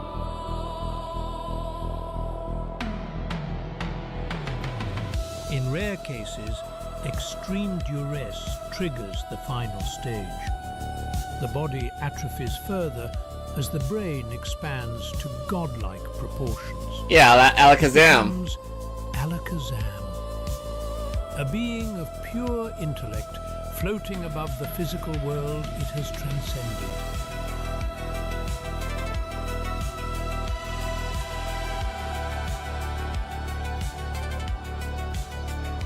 That's pretty crazy how they make it a crazy narration for a geographic for each Pokemon. I like that. In the scorched geothermal landscape surrounding active volcanoes, life finds. Aww, that Vulpix was adorable. Born of pure heat, the Vulpix. Its biology is centered around thermal regulation. An internal combustion chamber burns constantly within its small body. To prevent overheating, it must vent excess thermal energy as burning embers from its mouth. It is adorable, but undeniably dangerous. Obviously. A living furnace hidden beneath soft auburn fur. But this is merely its larval stage.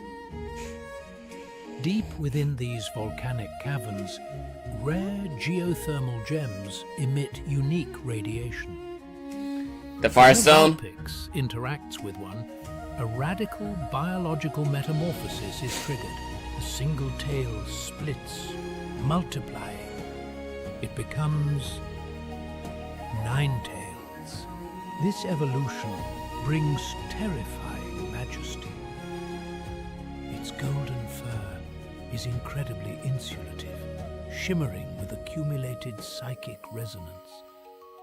Scientists believe each of its 9 tails houses a distinct mystical power, contributing to lifespans that can last vast centuries. Ninetales is intensely territorial, often guarding ancient sacred shrines hidden in the mountains.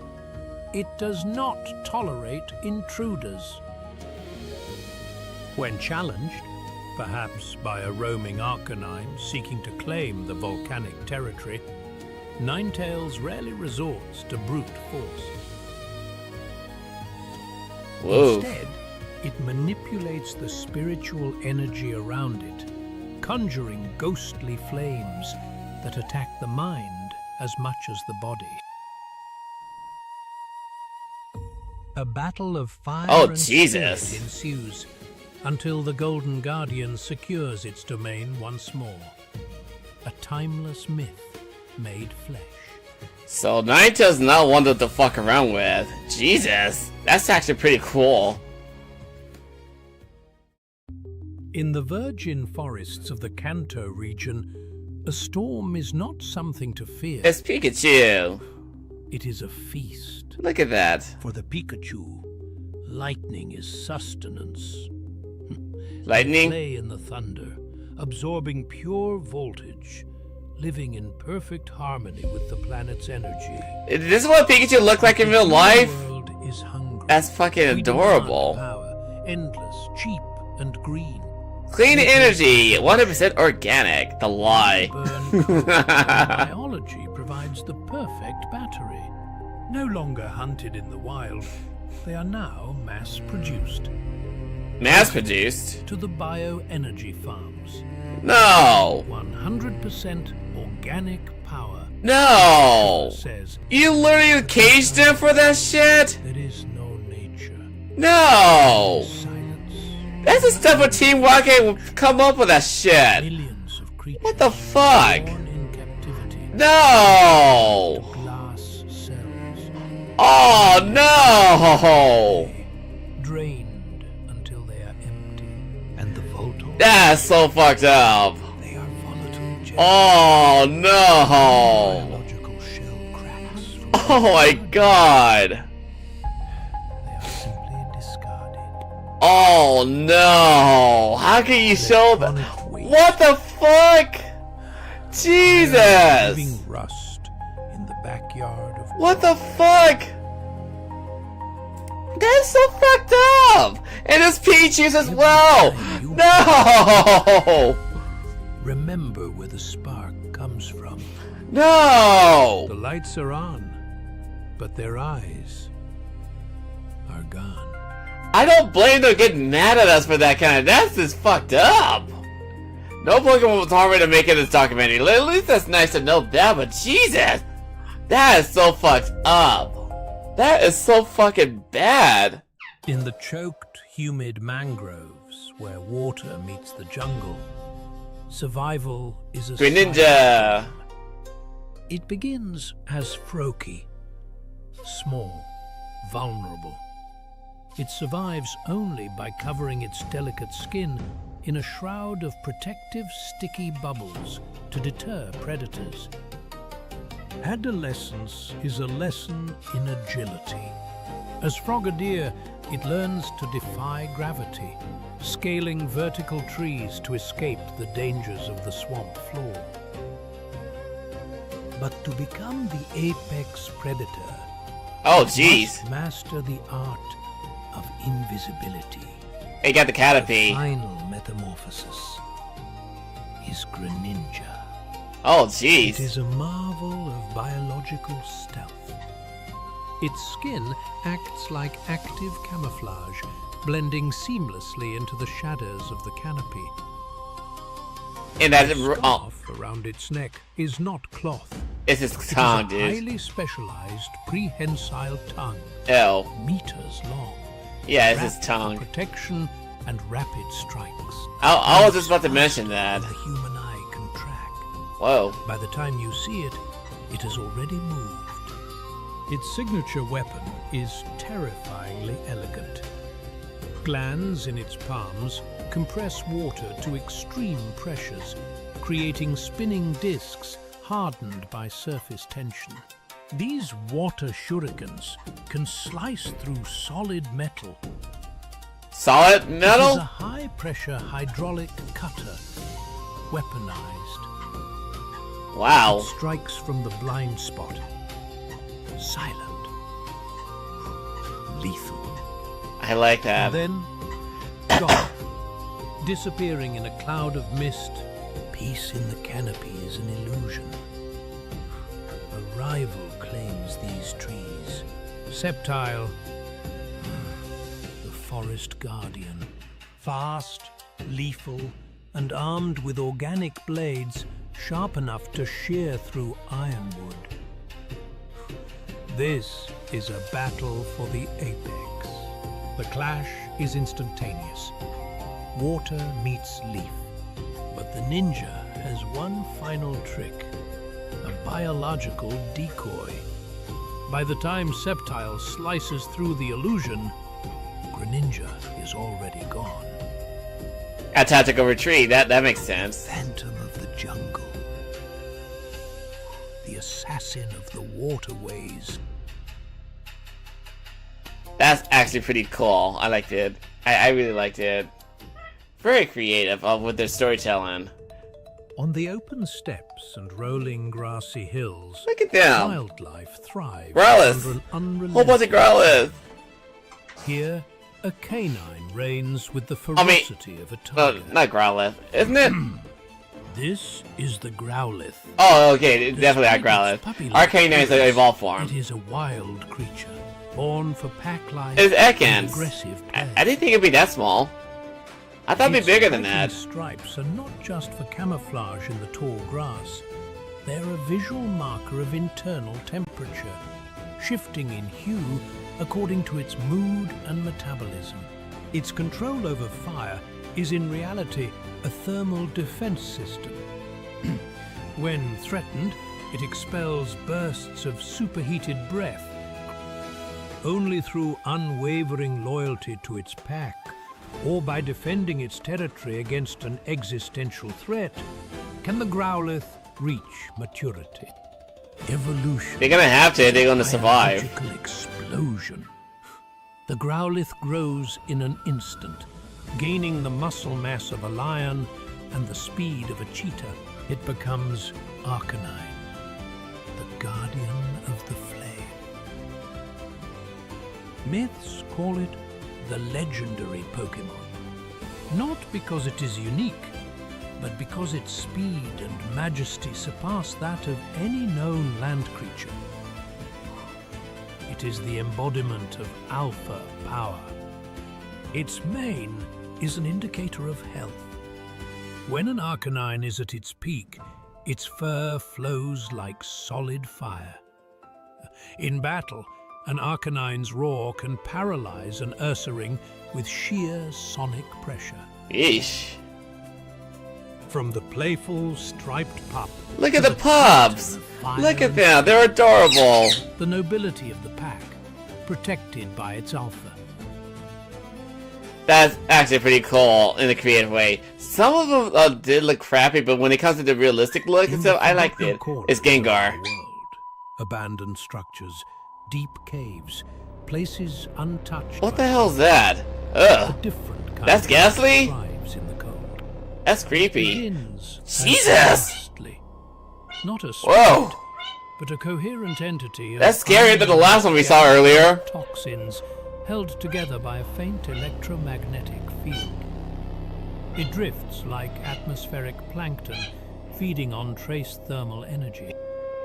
As it consumes enough energy, the gas thickens. It develops a It looks like a floating skull head, doesn't it? from its core, manipulated by magnetic tethering. It becomes A hunter? Haunter. Haunter is an active predator.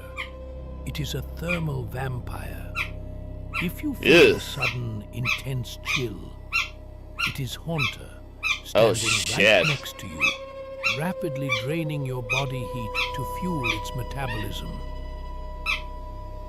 Its infamous lick is a delivery system for a potent neurotoxin. Oh, shit. Designed to paralyze prey while it feeds on their fear. Ew. Which biologically raises the prey's body temperature, making them a hotter meal. Yikes. But the ultimate stage of this life cycle is the master of ambush. Gengar. The gas condenses into a Whoa. semi-solid state of pure darkness. Oh, fuck. The Gengar. Gengar's skin is a biological marvel, similar to Vantablack material. What? It absorbs almost all light that hits it, making it not just hidden in a shadow, but becoming the shadow. Yikes. It is highly intelligent and mischievous. That perpetual grin is evolutionary psychological warfare, designed to unsettle prey before the strike. It doesn't need to pass through walls anymore. It simply slips into the two-dimensional space of the shadows themselves, traversing the world unseen. That is so fucking creepy. Apex predator of the dark. Oh, God. A creature evolved not of flesh and blood, Wow. but of gas, I know, energy, right? and the absence of light. Dude, like, if Nintendo wanted to make it as scary as that, do you think the kids actually want to play Pokemon after seeing that? In the crushing darkness of the deep ocean trenches, a creature sheds its skin. Again. Oh, look at that. And again. This is Dratini, known as the Mirage Pokemon. Sakia loves this It type was of considered Pokemon. a myth for centuries. It grows constantly, shedding its layers to fuel an uncontrollable life energy. It is shy, elusive, hiding behind waterfalls and in underwater caves, waiting for the moment its body can contain its own power. Then, a transformation of grace. The serpent rises to the surface lakes. It becomes Dragonair. It's so majestic. It no longer hides. It commands the atmosphere. Yeah, again, Sakia loves this Pokemon. She loves it. Discharge energy, summoning storms or clearing the skies at will. It is the jewel of the water. I can understand why Sakia loves this Pokemon. It looks so majestic as fuck. Shocking twist. A biological leap that defies logic. After decades of gathering energy, the elegant serpent undergoes a violent, radical metamorphosis. The blue scales turn gold. Limbs burst forth. The serpent vanishes. And a titan is born. Meet Dragonite, the guardian of the sea. It sacrifices its serpentine grace for sheer raw power and the gift of flight. I like the surfer form better, to be honest. Do not let its bulky frame deceive you. This creature can break the sound barrier, circling the globe in just 16 hours. While formidable, Oh, look at the Squirtle! trait in That's more believable Squirtle I see here. It flies. That into looks way more hurricanes, realistic. Not to hunt, but to guide lost ships to safety.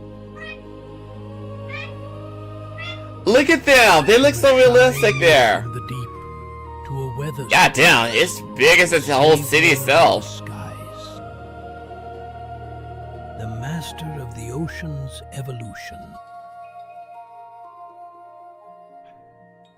That was actually pretty cool. I like that one. High above the cloud line. It's Lucario. The air is thin. Okay, let me see another version of Lucario. Oh, look at them. Look at them. They're adorable. The peaks. This hostile terrain is the nursery for the Riolu. Small, energetic, and surprisingly resilient. Though their eyes are sharp, they rely on a different sense. They're born with a unique sensitivity to the invisible waves of energy that flow through all living things. We call it aura. Biologists call it advanced electromagnetic echolocation.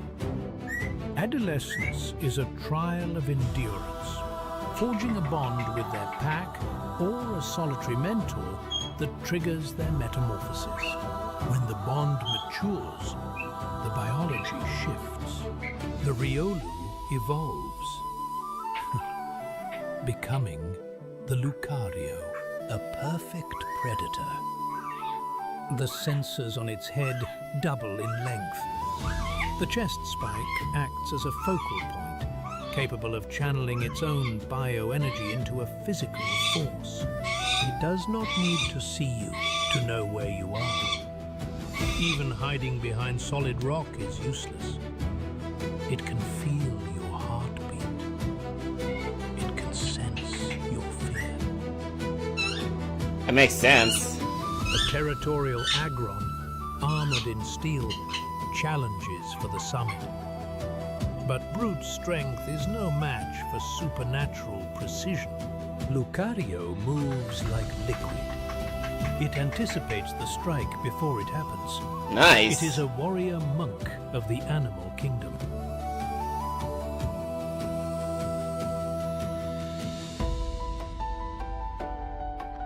That's actually pretty cool, though. A guardian of the high places, watching, listening, sensing everything.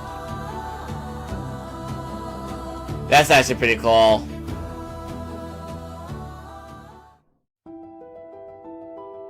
Snorlax? Deep within the remote, mist-shrouded alpine forests, look at a that young creature begins its life's soul. Is that Munchum? This is Munchlax. Oh, Munchlax. I haven't played Pokemon in a Driven while. by an insatiable, primal hunger, its days are a relentless search for sustenance. Every fallen berry, every sweet root, every honey-filled comb is consumed to fuel a transformation of colossal scale. It is a biological race against time to build the immense energy reserves needed for what scientists call the Great Sleep. After months or even years of constant foraging, a profound change begins. The frantic, nervous energy of the Munchlax ceases.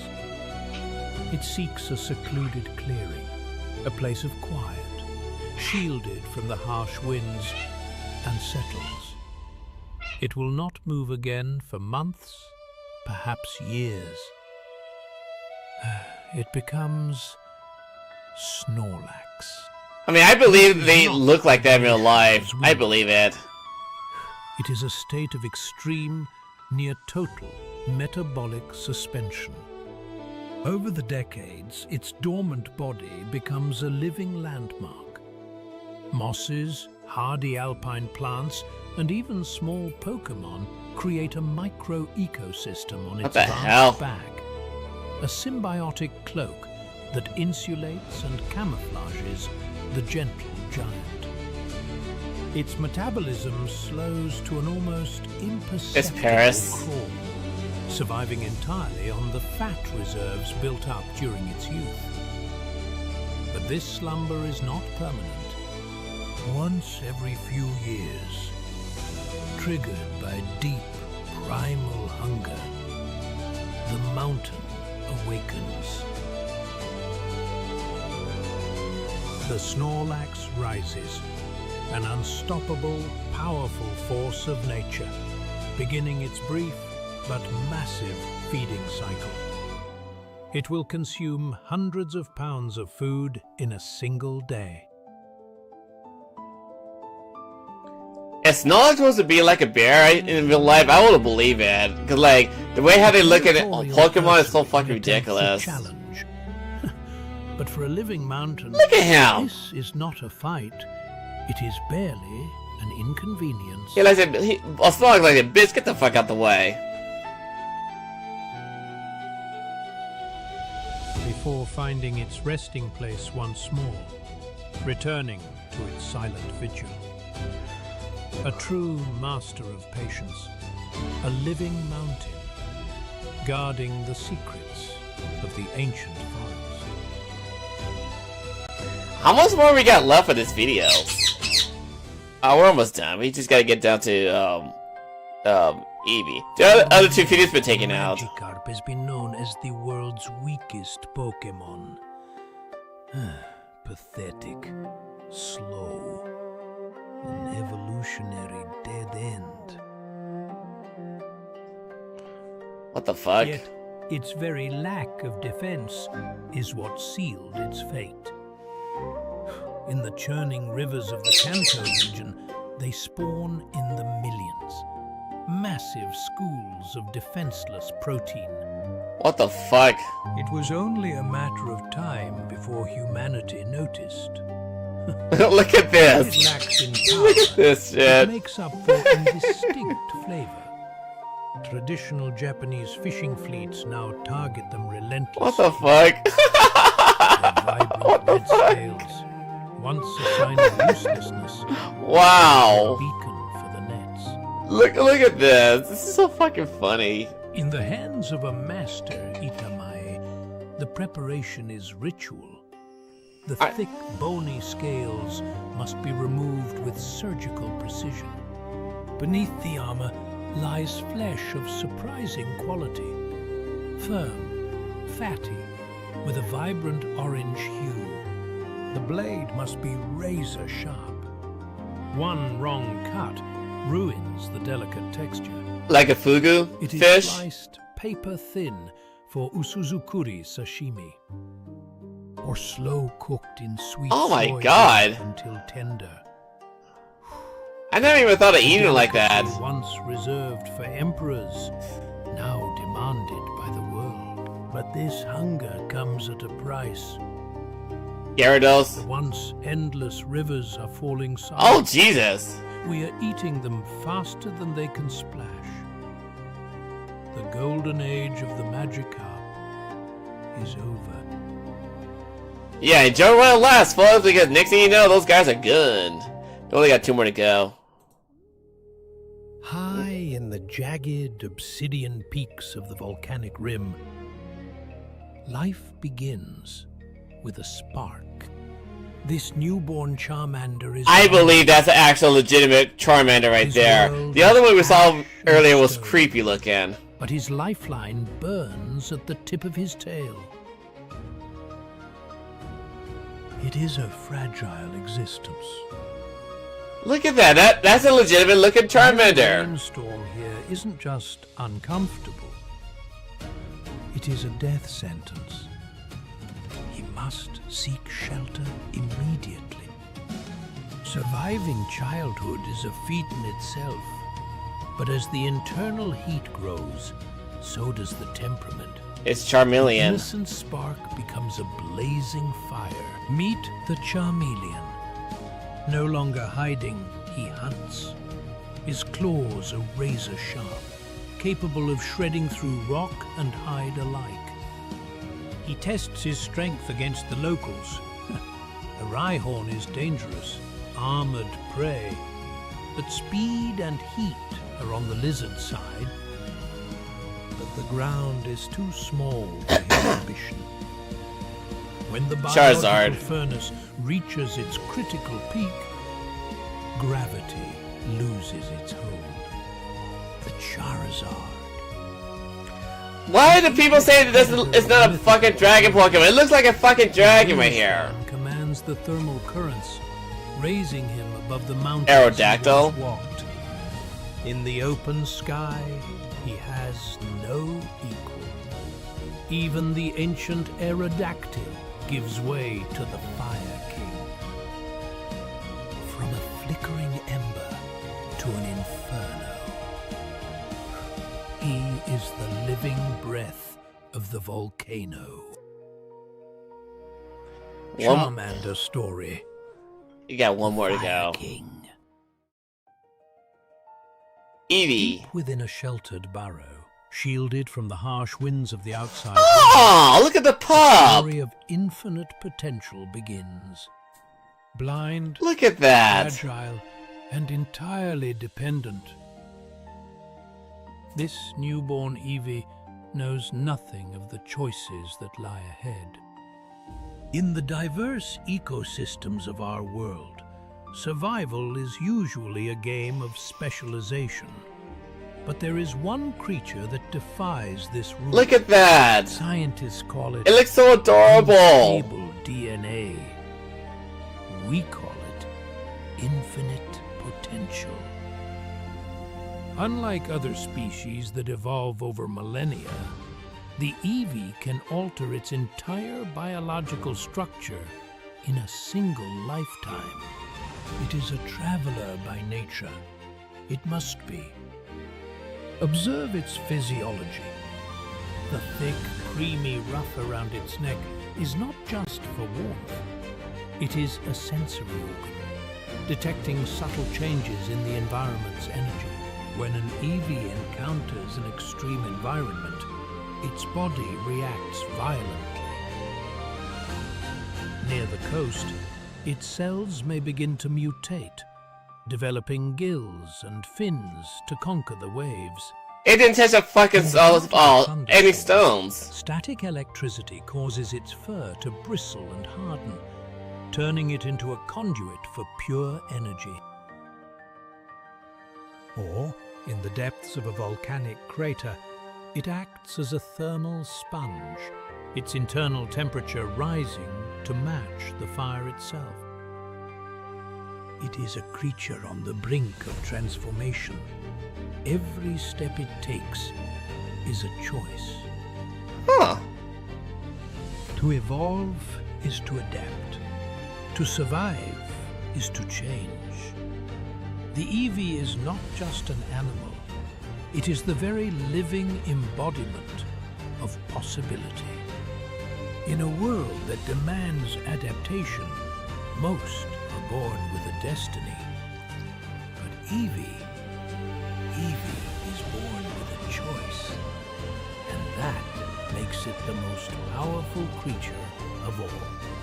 Eevee, the genetic anomaly. You have to admit, these are very creative. That's the last one for this clip. Let me see here. I want to see this one. This is gonna take too long for me to worry about that. We'll worry about that one later. This is 39 videos in this one. This next one has 9 videos. We're gonna talk about those along the way. Yeah, we could look into that. And this last one right here is Pokemon documentary. Such. This one has 8 videos as well. We could watch this one. See, this one look more realistic to react to. I think we've seen this one already, but we'll react to it along the way. In the forgotten ruins of a jungle laboratory, nature reclaims the sins of science. Here, the story does not begin It's with Mew, birth, but with extraction. This is Mew, the genetic ancestor, a rare, playful organism possessing the blueprint of all Pokémon life. But humanity wanted more. Of They course. wanted to improve the design. Of course. Deep in a biotank, a clone is engineered. No. This Yeah. fatal creature Oh, is Mewtwo. God. Yeah. It lacks the compassion of its ancestor, designed instead for pure, raw efficiency. Before perfection, Oh, this Ditto! the mistakes. Escaping captivity, the adult Mewtwo retreats to the crystal caverns. Oh, Jesus! Apex. Look at him go! Does not hunt for food. It sustains itself by absorbing ambient energy through its pores. Its anatomy is alien. But even the ultimate predator is challenged. A Tyranitar, a biological tank of armor and rage, invades the sanctuary. The physical strength of the Tyranitar seems to overwhelm the psychic, fragile frame of the clone. But Mewtwo has a biological failsafe. His psychic ability. Triggered by extreme stress, its adrenal glands flood its system with a unique, unstable enzyme. The transformation is instantaneous. Mega Mewtwo Y. Oh, shit. Its body shrinks, streamlining to reduce drag, while its brain capacity triples. It becomes a floating conduit of pure thought. With a single thought, the battle ends. The intruder is not touched, but crushed by gravity itself. Mewtwo returns to its meditation, a god made of flesh, waiting for a purpose. You had to feel sorry for Mewtwo, the way how he was, or it was created. But still, it's like really impressive stuff that they make nowadays. I really do like the creativity they add into this kind of stuff. In the heart of the sun-drenched tropical archipelagos, life takes on forms that defy the boundaries between flora and fauna. Hidden among the fallen leaves, we find a cluster of Execute. Though they resemble simple eggs, they are actually sturdy seeds, linked by a powerful collective neural network. To survive, this colony must remain together. If one is separated, the group's psychic integrity collapses, leaving them vulnerable to forest floor scavengers. When the environmental conditions reach a peak of solar radiation, the seeds fuse and undergo a radical metamorphosis. The earth trembles as a new entity rises, Executor. Each of its three heads possesses its own independent consciousness, yet they move in perfect, eerie harmony. This is a masterpiece of botanical engineering. Its skin has hardened into a protective bark, and its heads are constantly scanning for both nutrients and threats. But life in the jungle is a constant struggle. A territorial pincer approaches, lured by the sweet scent of the Executor's sap. High in the crown, a vital alliance unfolds. Tiny cutiefly feed on sweet nectar while grooming the giant, removing parasites that threaten its foliage. A perfect sanctuary in the sky. The clash is brief but intense. God damn. Executor doesn't rely on brute force, but on overwhelming psychic waves that disorient the predator, forcing it to retreat. However, in regions where the sun never sets, biology takes a giant leap forward. The Alolan Executor is the true king of the canopy. Its neck has elongated dozens of feet to reach the purest sunlight, awakening a long-dormant dragon gene within its DNA. Guided by a watchful tailhead, what the hell? Solar giant acts as a living lighthouse, channeling pure energy through its veins to fuel its massive, ground-shaking stride. As it moves, it becomes a roaming sanctuary, a majestic high-rise. Is that all those Pidgeys? All its towering body They look like Pidgeys. Even in the heat of battle, nature finds a way to persist.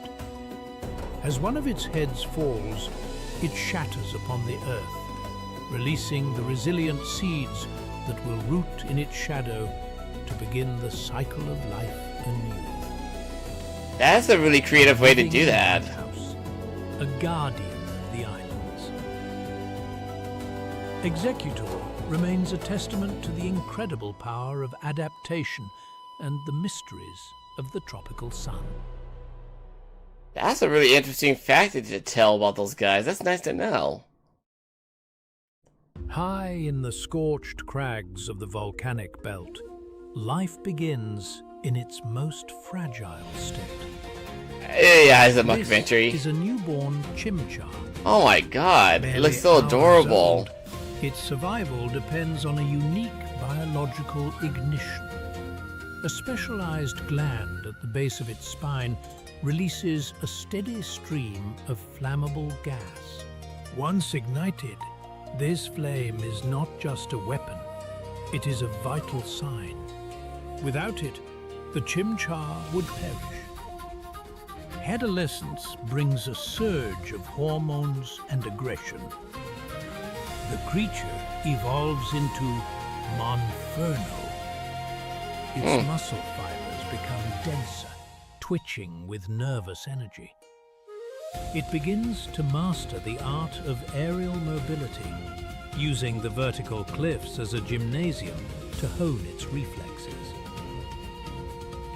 But biology demands a final metamorphosis to survive the apex predators of these peaks. Under extreme stress, the internal combustion system expands, God damn. creating Infernape. He- is a marvel of thermal efficiency. I want to name a Sun Wukong. He reminds me of him. Acts as a heat sink. Look at him. He reminds me of Sun Wukong. By its hyperactive metabolism. It does not rely on brute strength, but on speed and calculated strikes. A martial artist forged by evolution. However, these mountains are not empty. A colossal Steelix, an armored titan of the underground, breaches the surface, claiming territory. The biological clash is inevitable. The Steelix's hide is harder than diamond, impervious to standard attacks. But Infernape adapts. By superheating its own limbs, it turns its body into a plasma cutter. Wow. It strikes with the force of a localized explosion. The flare blitz. The heat Wow. strengthens the metal. The speed bypasses the defense. The Titan retreats. Victorious, the Alpha returns to the caldera's edge. Its crown of fire burns steady, a beacon of life, mastery, and the indomitable will of nature.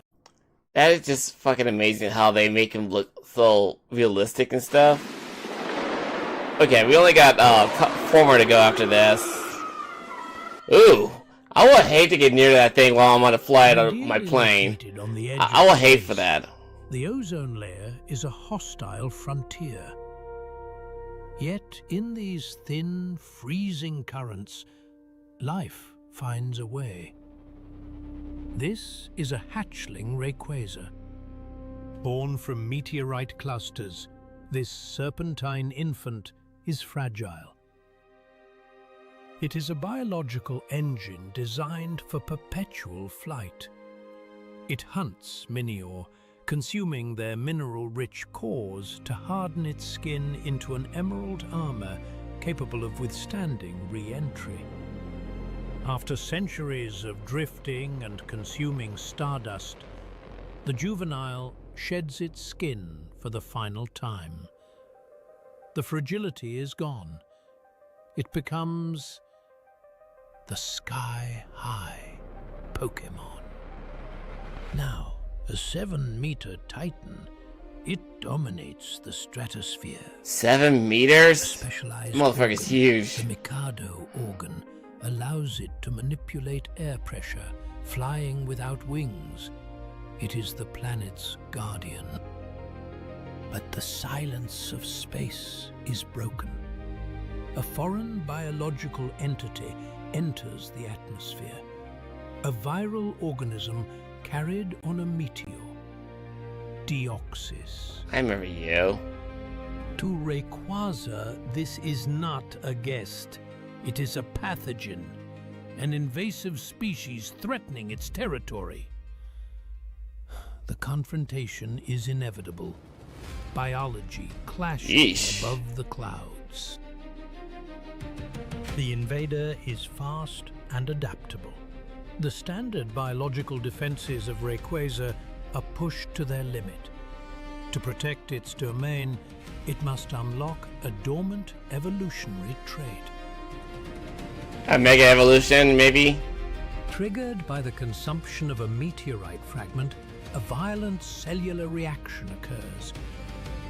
This is not magic. It is mega evolution. Yep, called it. Rayquaza's body overflows with bioenergy. Tendrils of pure light emerge. It becomes a streamlined weapon of pure instinct, capable of speeds that tear the sky apart.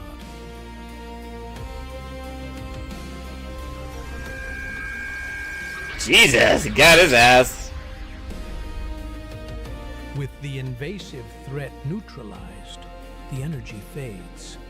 The Guardian returns to its serpentine drift, a silent sentinel patrolling the border between our world and the infinite dark.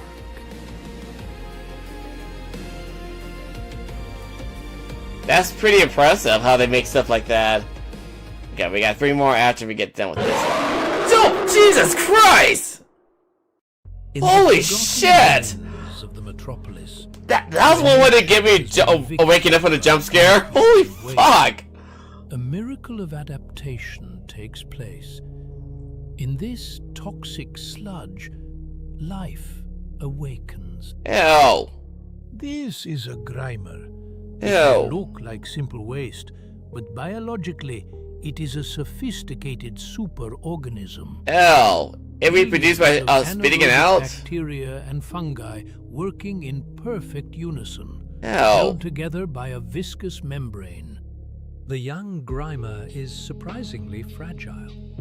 It must stay moist and constantly consume industrial waste to fuel the metabolic furnace burning inside its gelatinous. Ew. It is a biological janitor. Ew. But as it consumes, it grows. A It mug? absorbs heavy metals and toxins, incorporating them into its own cellular structure. Ew. It is preparing for a critical event. Ew. Look at... Quorum sensing. Ew.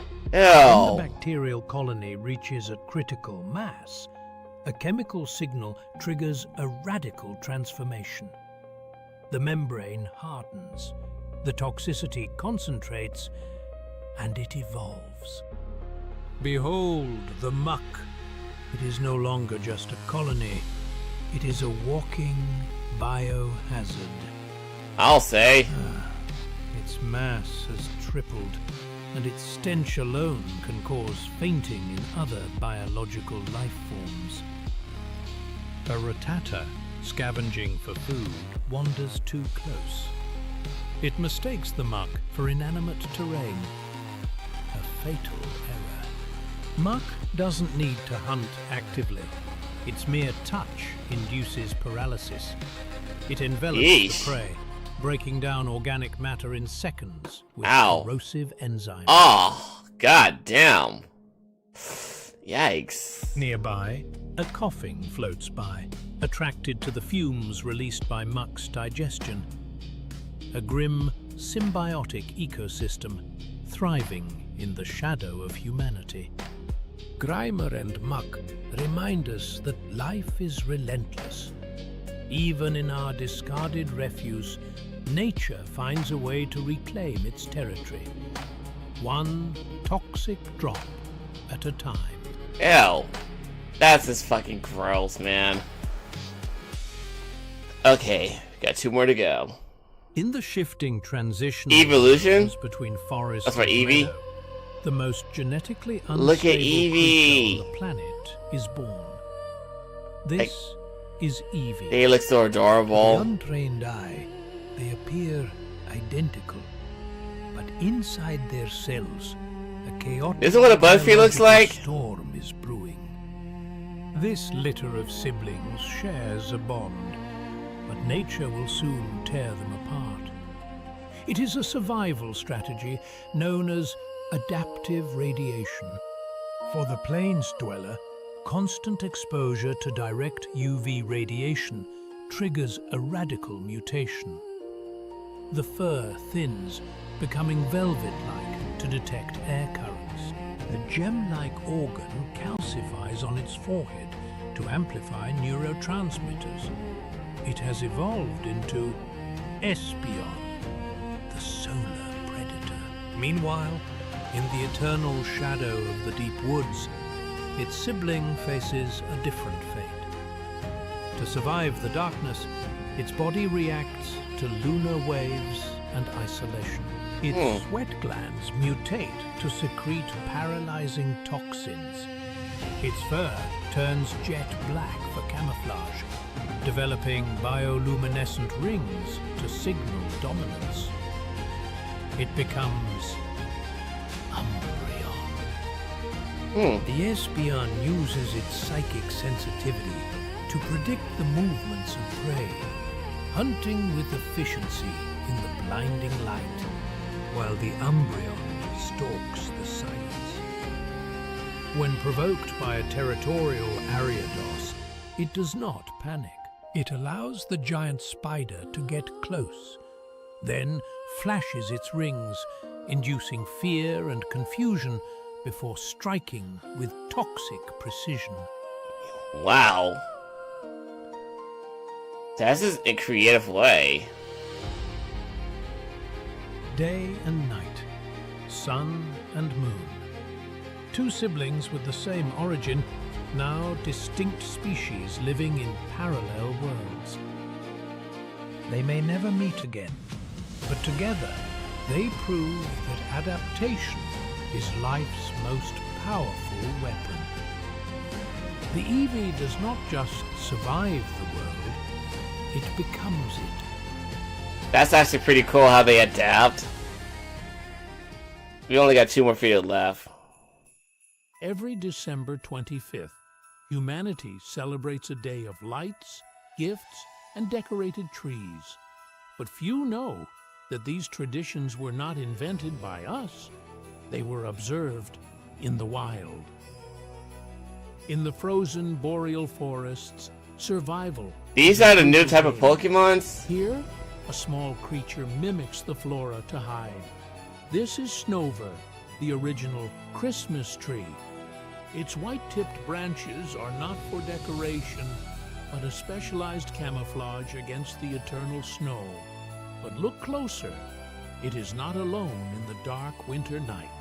Drawn by a sweet, sticky resin Snover produces to stay warm, swarms of bioluminescent Volbeat and Illumies arrive. They cover its branches, glowing in red and gold to share body heat. To human eyes, What this the looks fuck? like a decorated tree. To biology, it is a desperate thermal alliance against the freezing cold.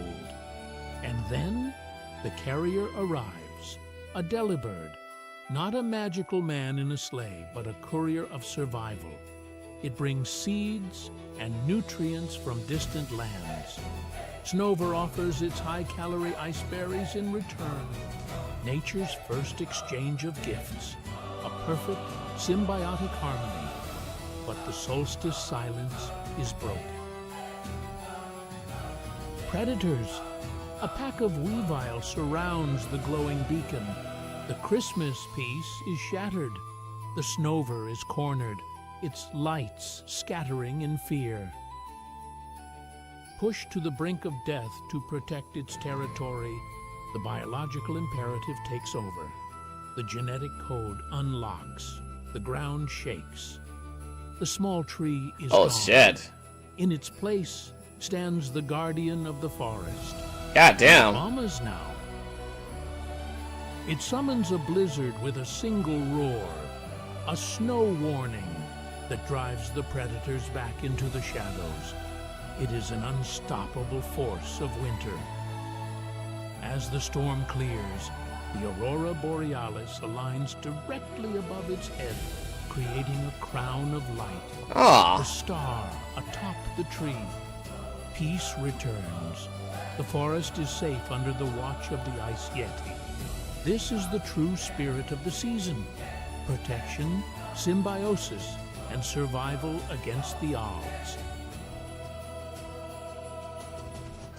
Well, that's a really creative way for telling the origin of Christmas. I like that. Merry Christmas. One more. In the rugged Hit my leg, hit my sun-scorched chin. Badlands, survival requires more than just strength. It demands spirit.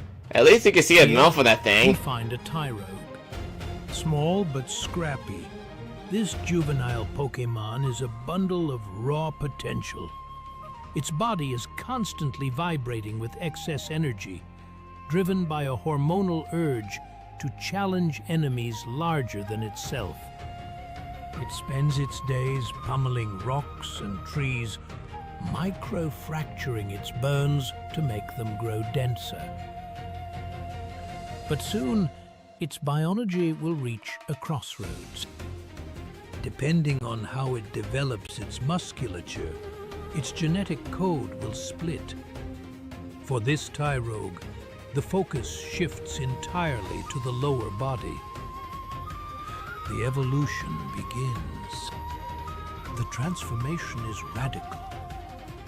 The neck recedes, the torso merges with the head for protection, and the legs undergo a terrifying elongation. It is now Hitmonlee. Hitmonlee is a marvel of biomechanics. Its legs are not bone rigid. They are composed of unique coiled muscle fibers that act like high-tension industrial springs. This elasticity allows it to extend its reach to double its standing height in a millisecond. It is the ultimate ambush predator of the canyons. But it is not alone. A Hitmonchan, a close genetic cousin that prioritized upper body mass, claims this territory. The meeting is inevitable, a clash of divergent evolution. The piston-like punches of the Hitmonchan against the whip-like kicks of the Hitmonlee.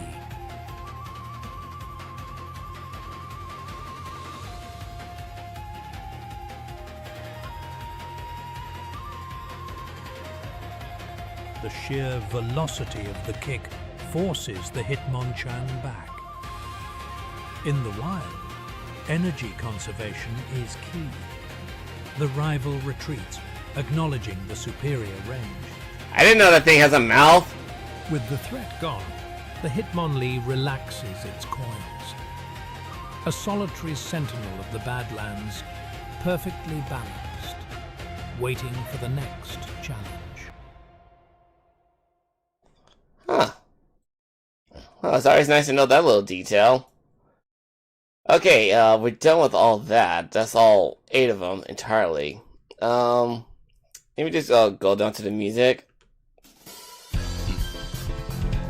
Okay. The other 2 videos, playlists we'll watch until later. Let me see here. There's also like Mewtwo, Eevee, and more EVs and stuff. But this is gonna take a little longer. So I ain't gonna be watching all that right now. I'm just gonna go take a break of watching everything that is gonna happen later on the next time we jump into the live stream. But other than that, I had a lot of fun watching with you guys, and the those documentaries are very interesting to watch in a own unique way. Even though it took me a little, this is like gonna be a little longer because like I estimate how long it's gonna be for each of the time. Like it's fucking 20 minutes long for each one of them. And for this one is gonna take an hour, along with the other ones right here. Fuck. And then there's also a one for like Torchic. Yeah, this is gonna take much longer for this one to go on. So anyway, I really do hope you guys enjoy watching these videos with me instead. It was actually pretty fun to watch. And if you do like this episode, be sure to leave a like, comment, subscribe, hit notification, and share it with me to like this content in the future. That being said, I am the Video Game Crafter, and the artist says, catch you in the next episode, baby. Peace.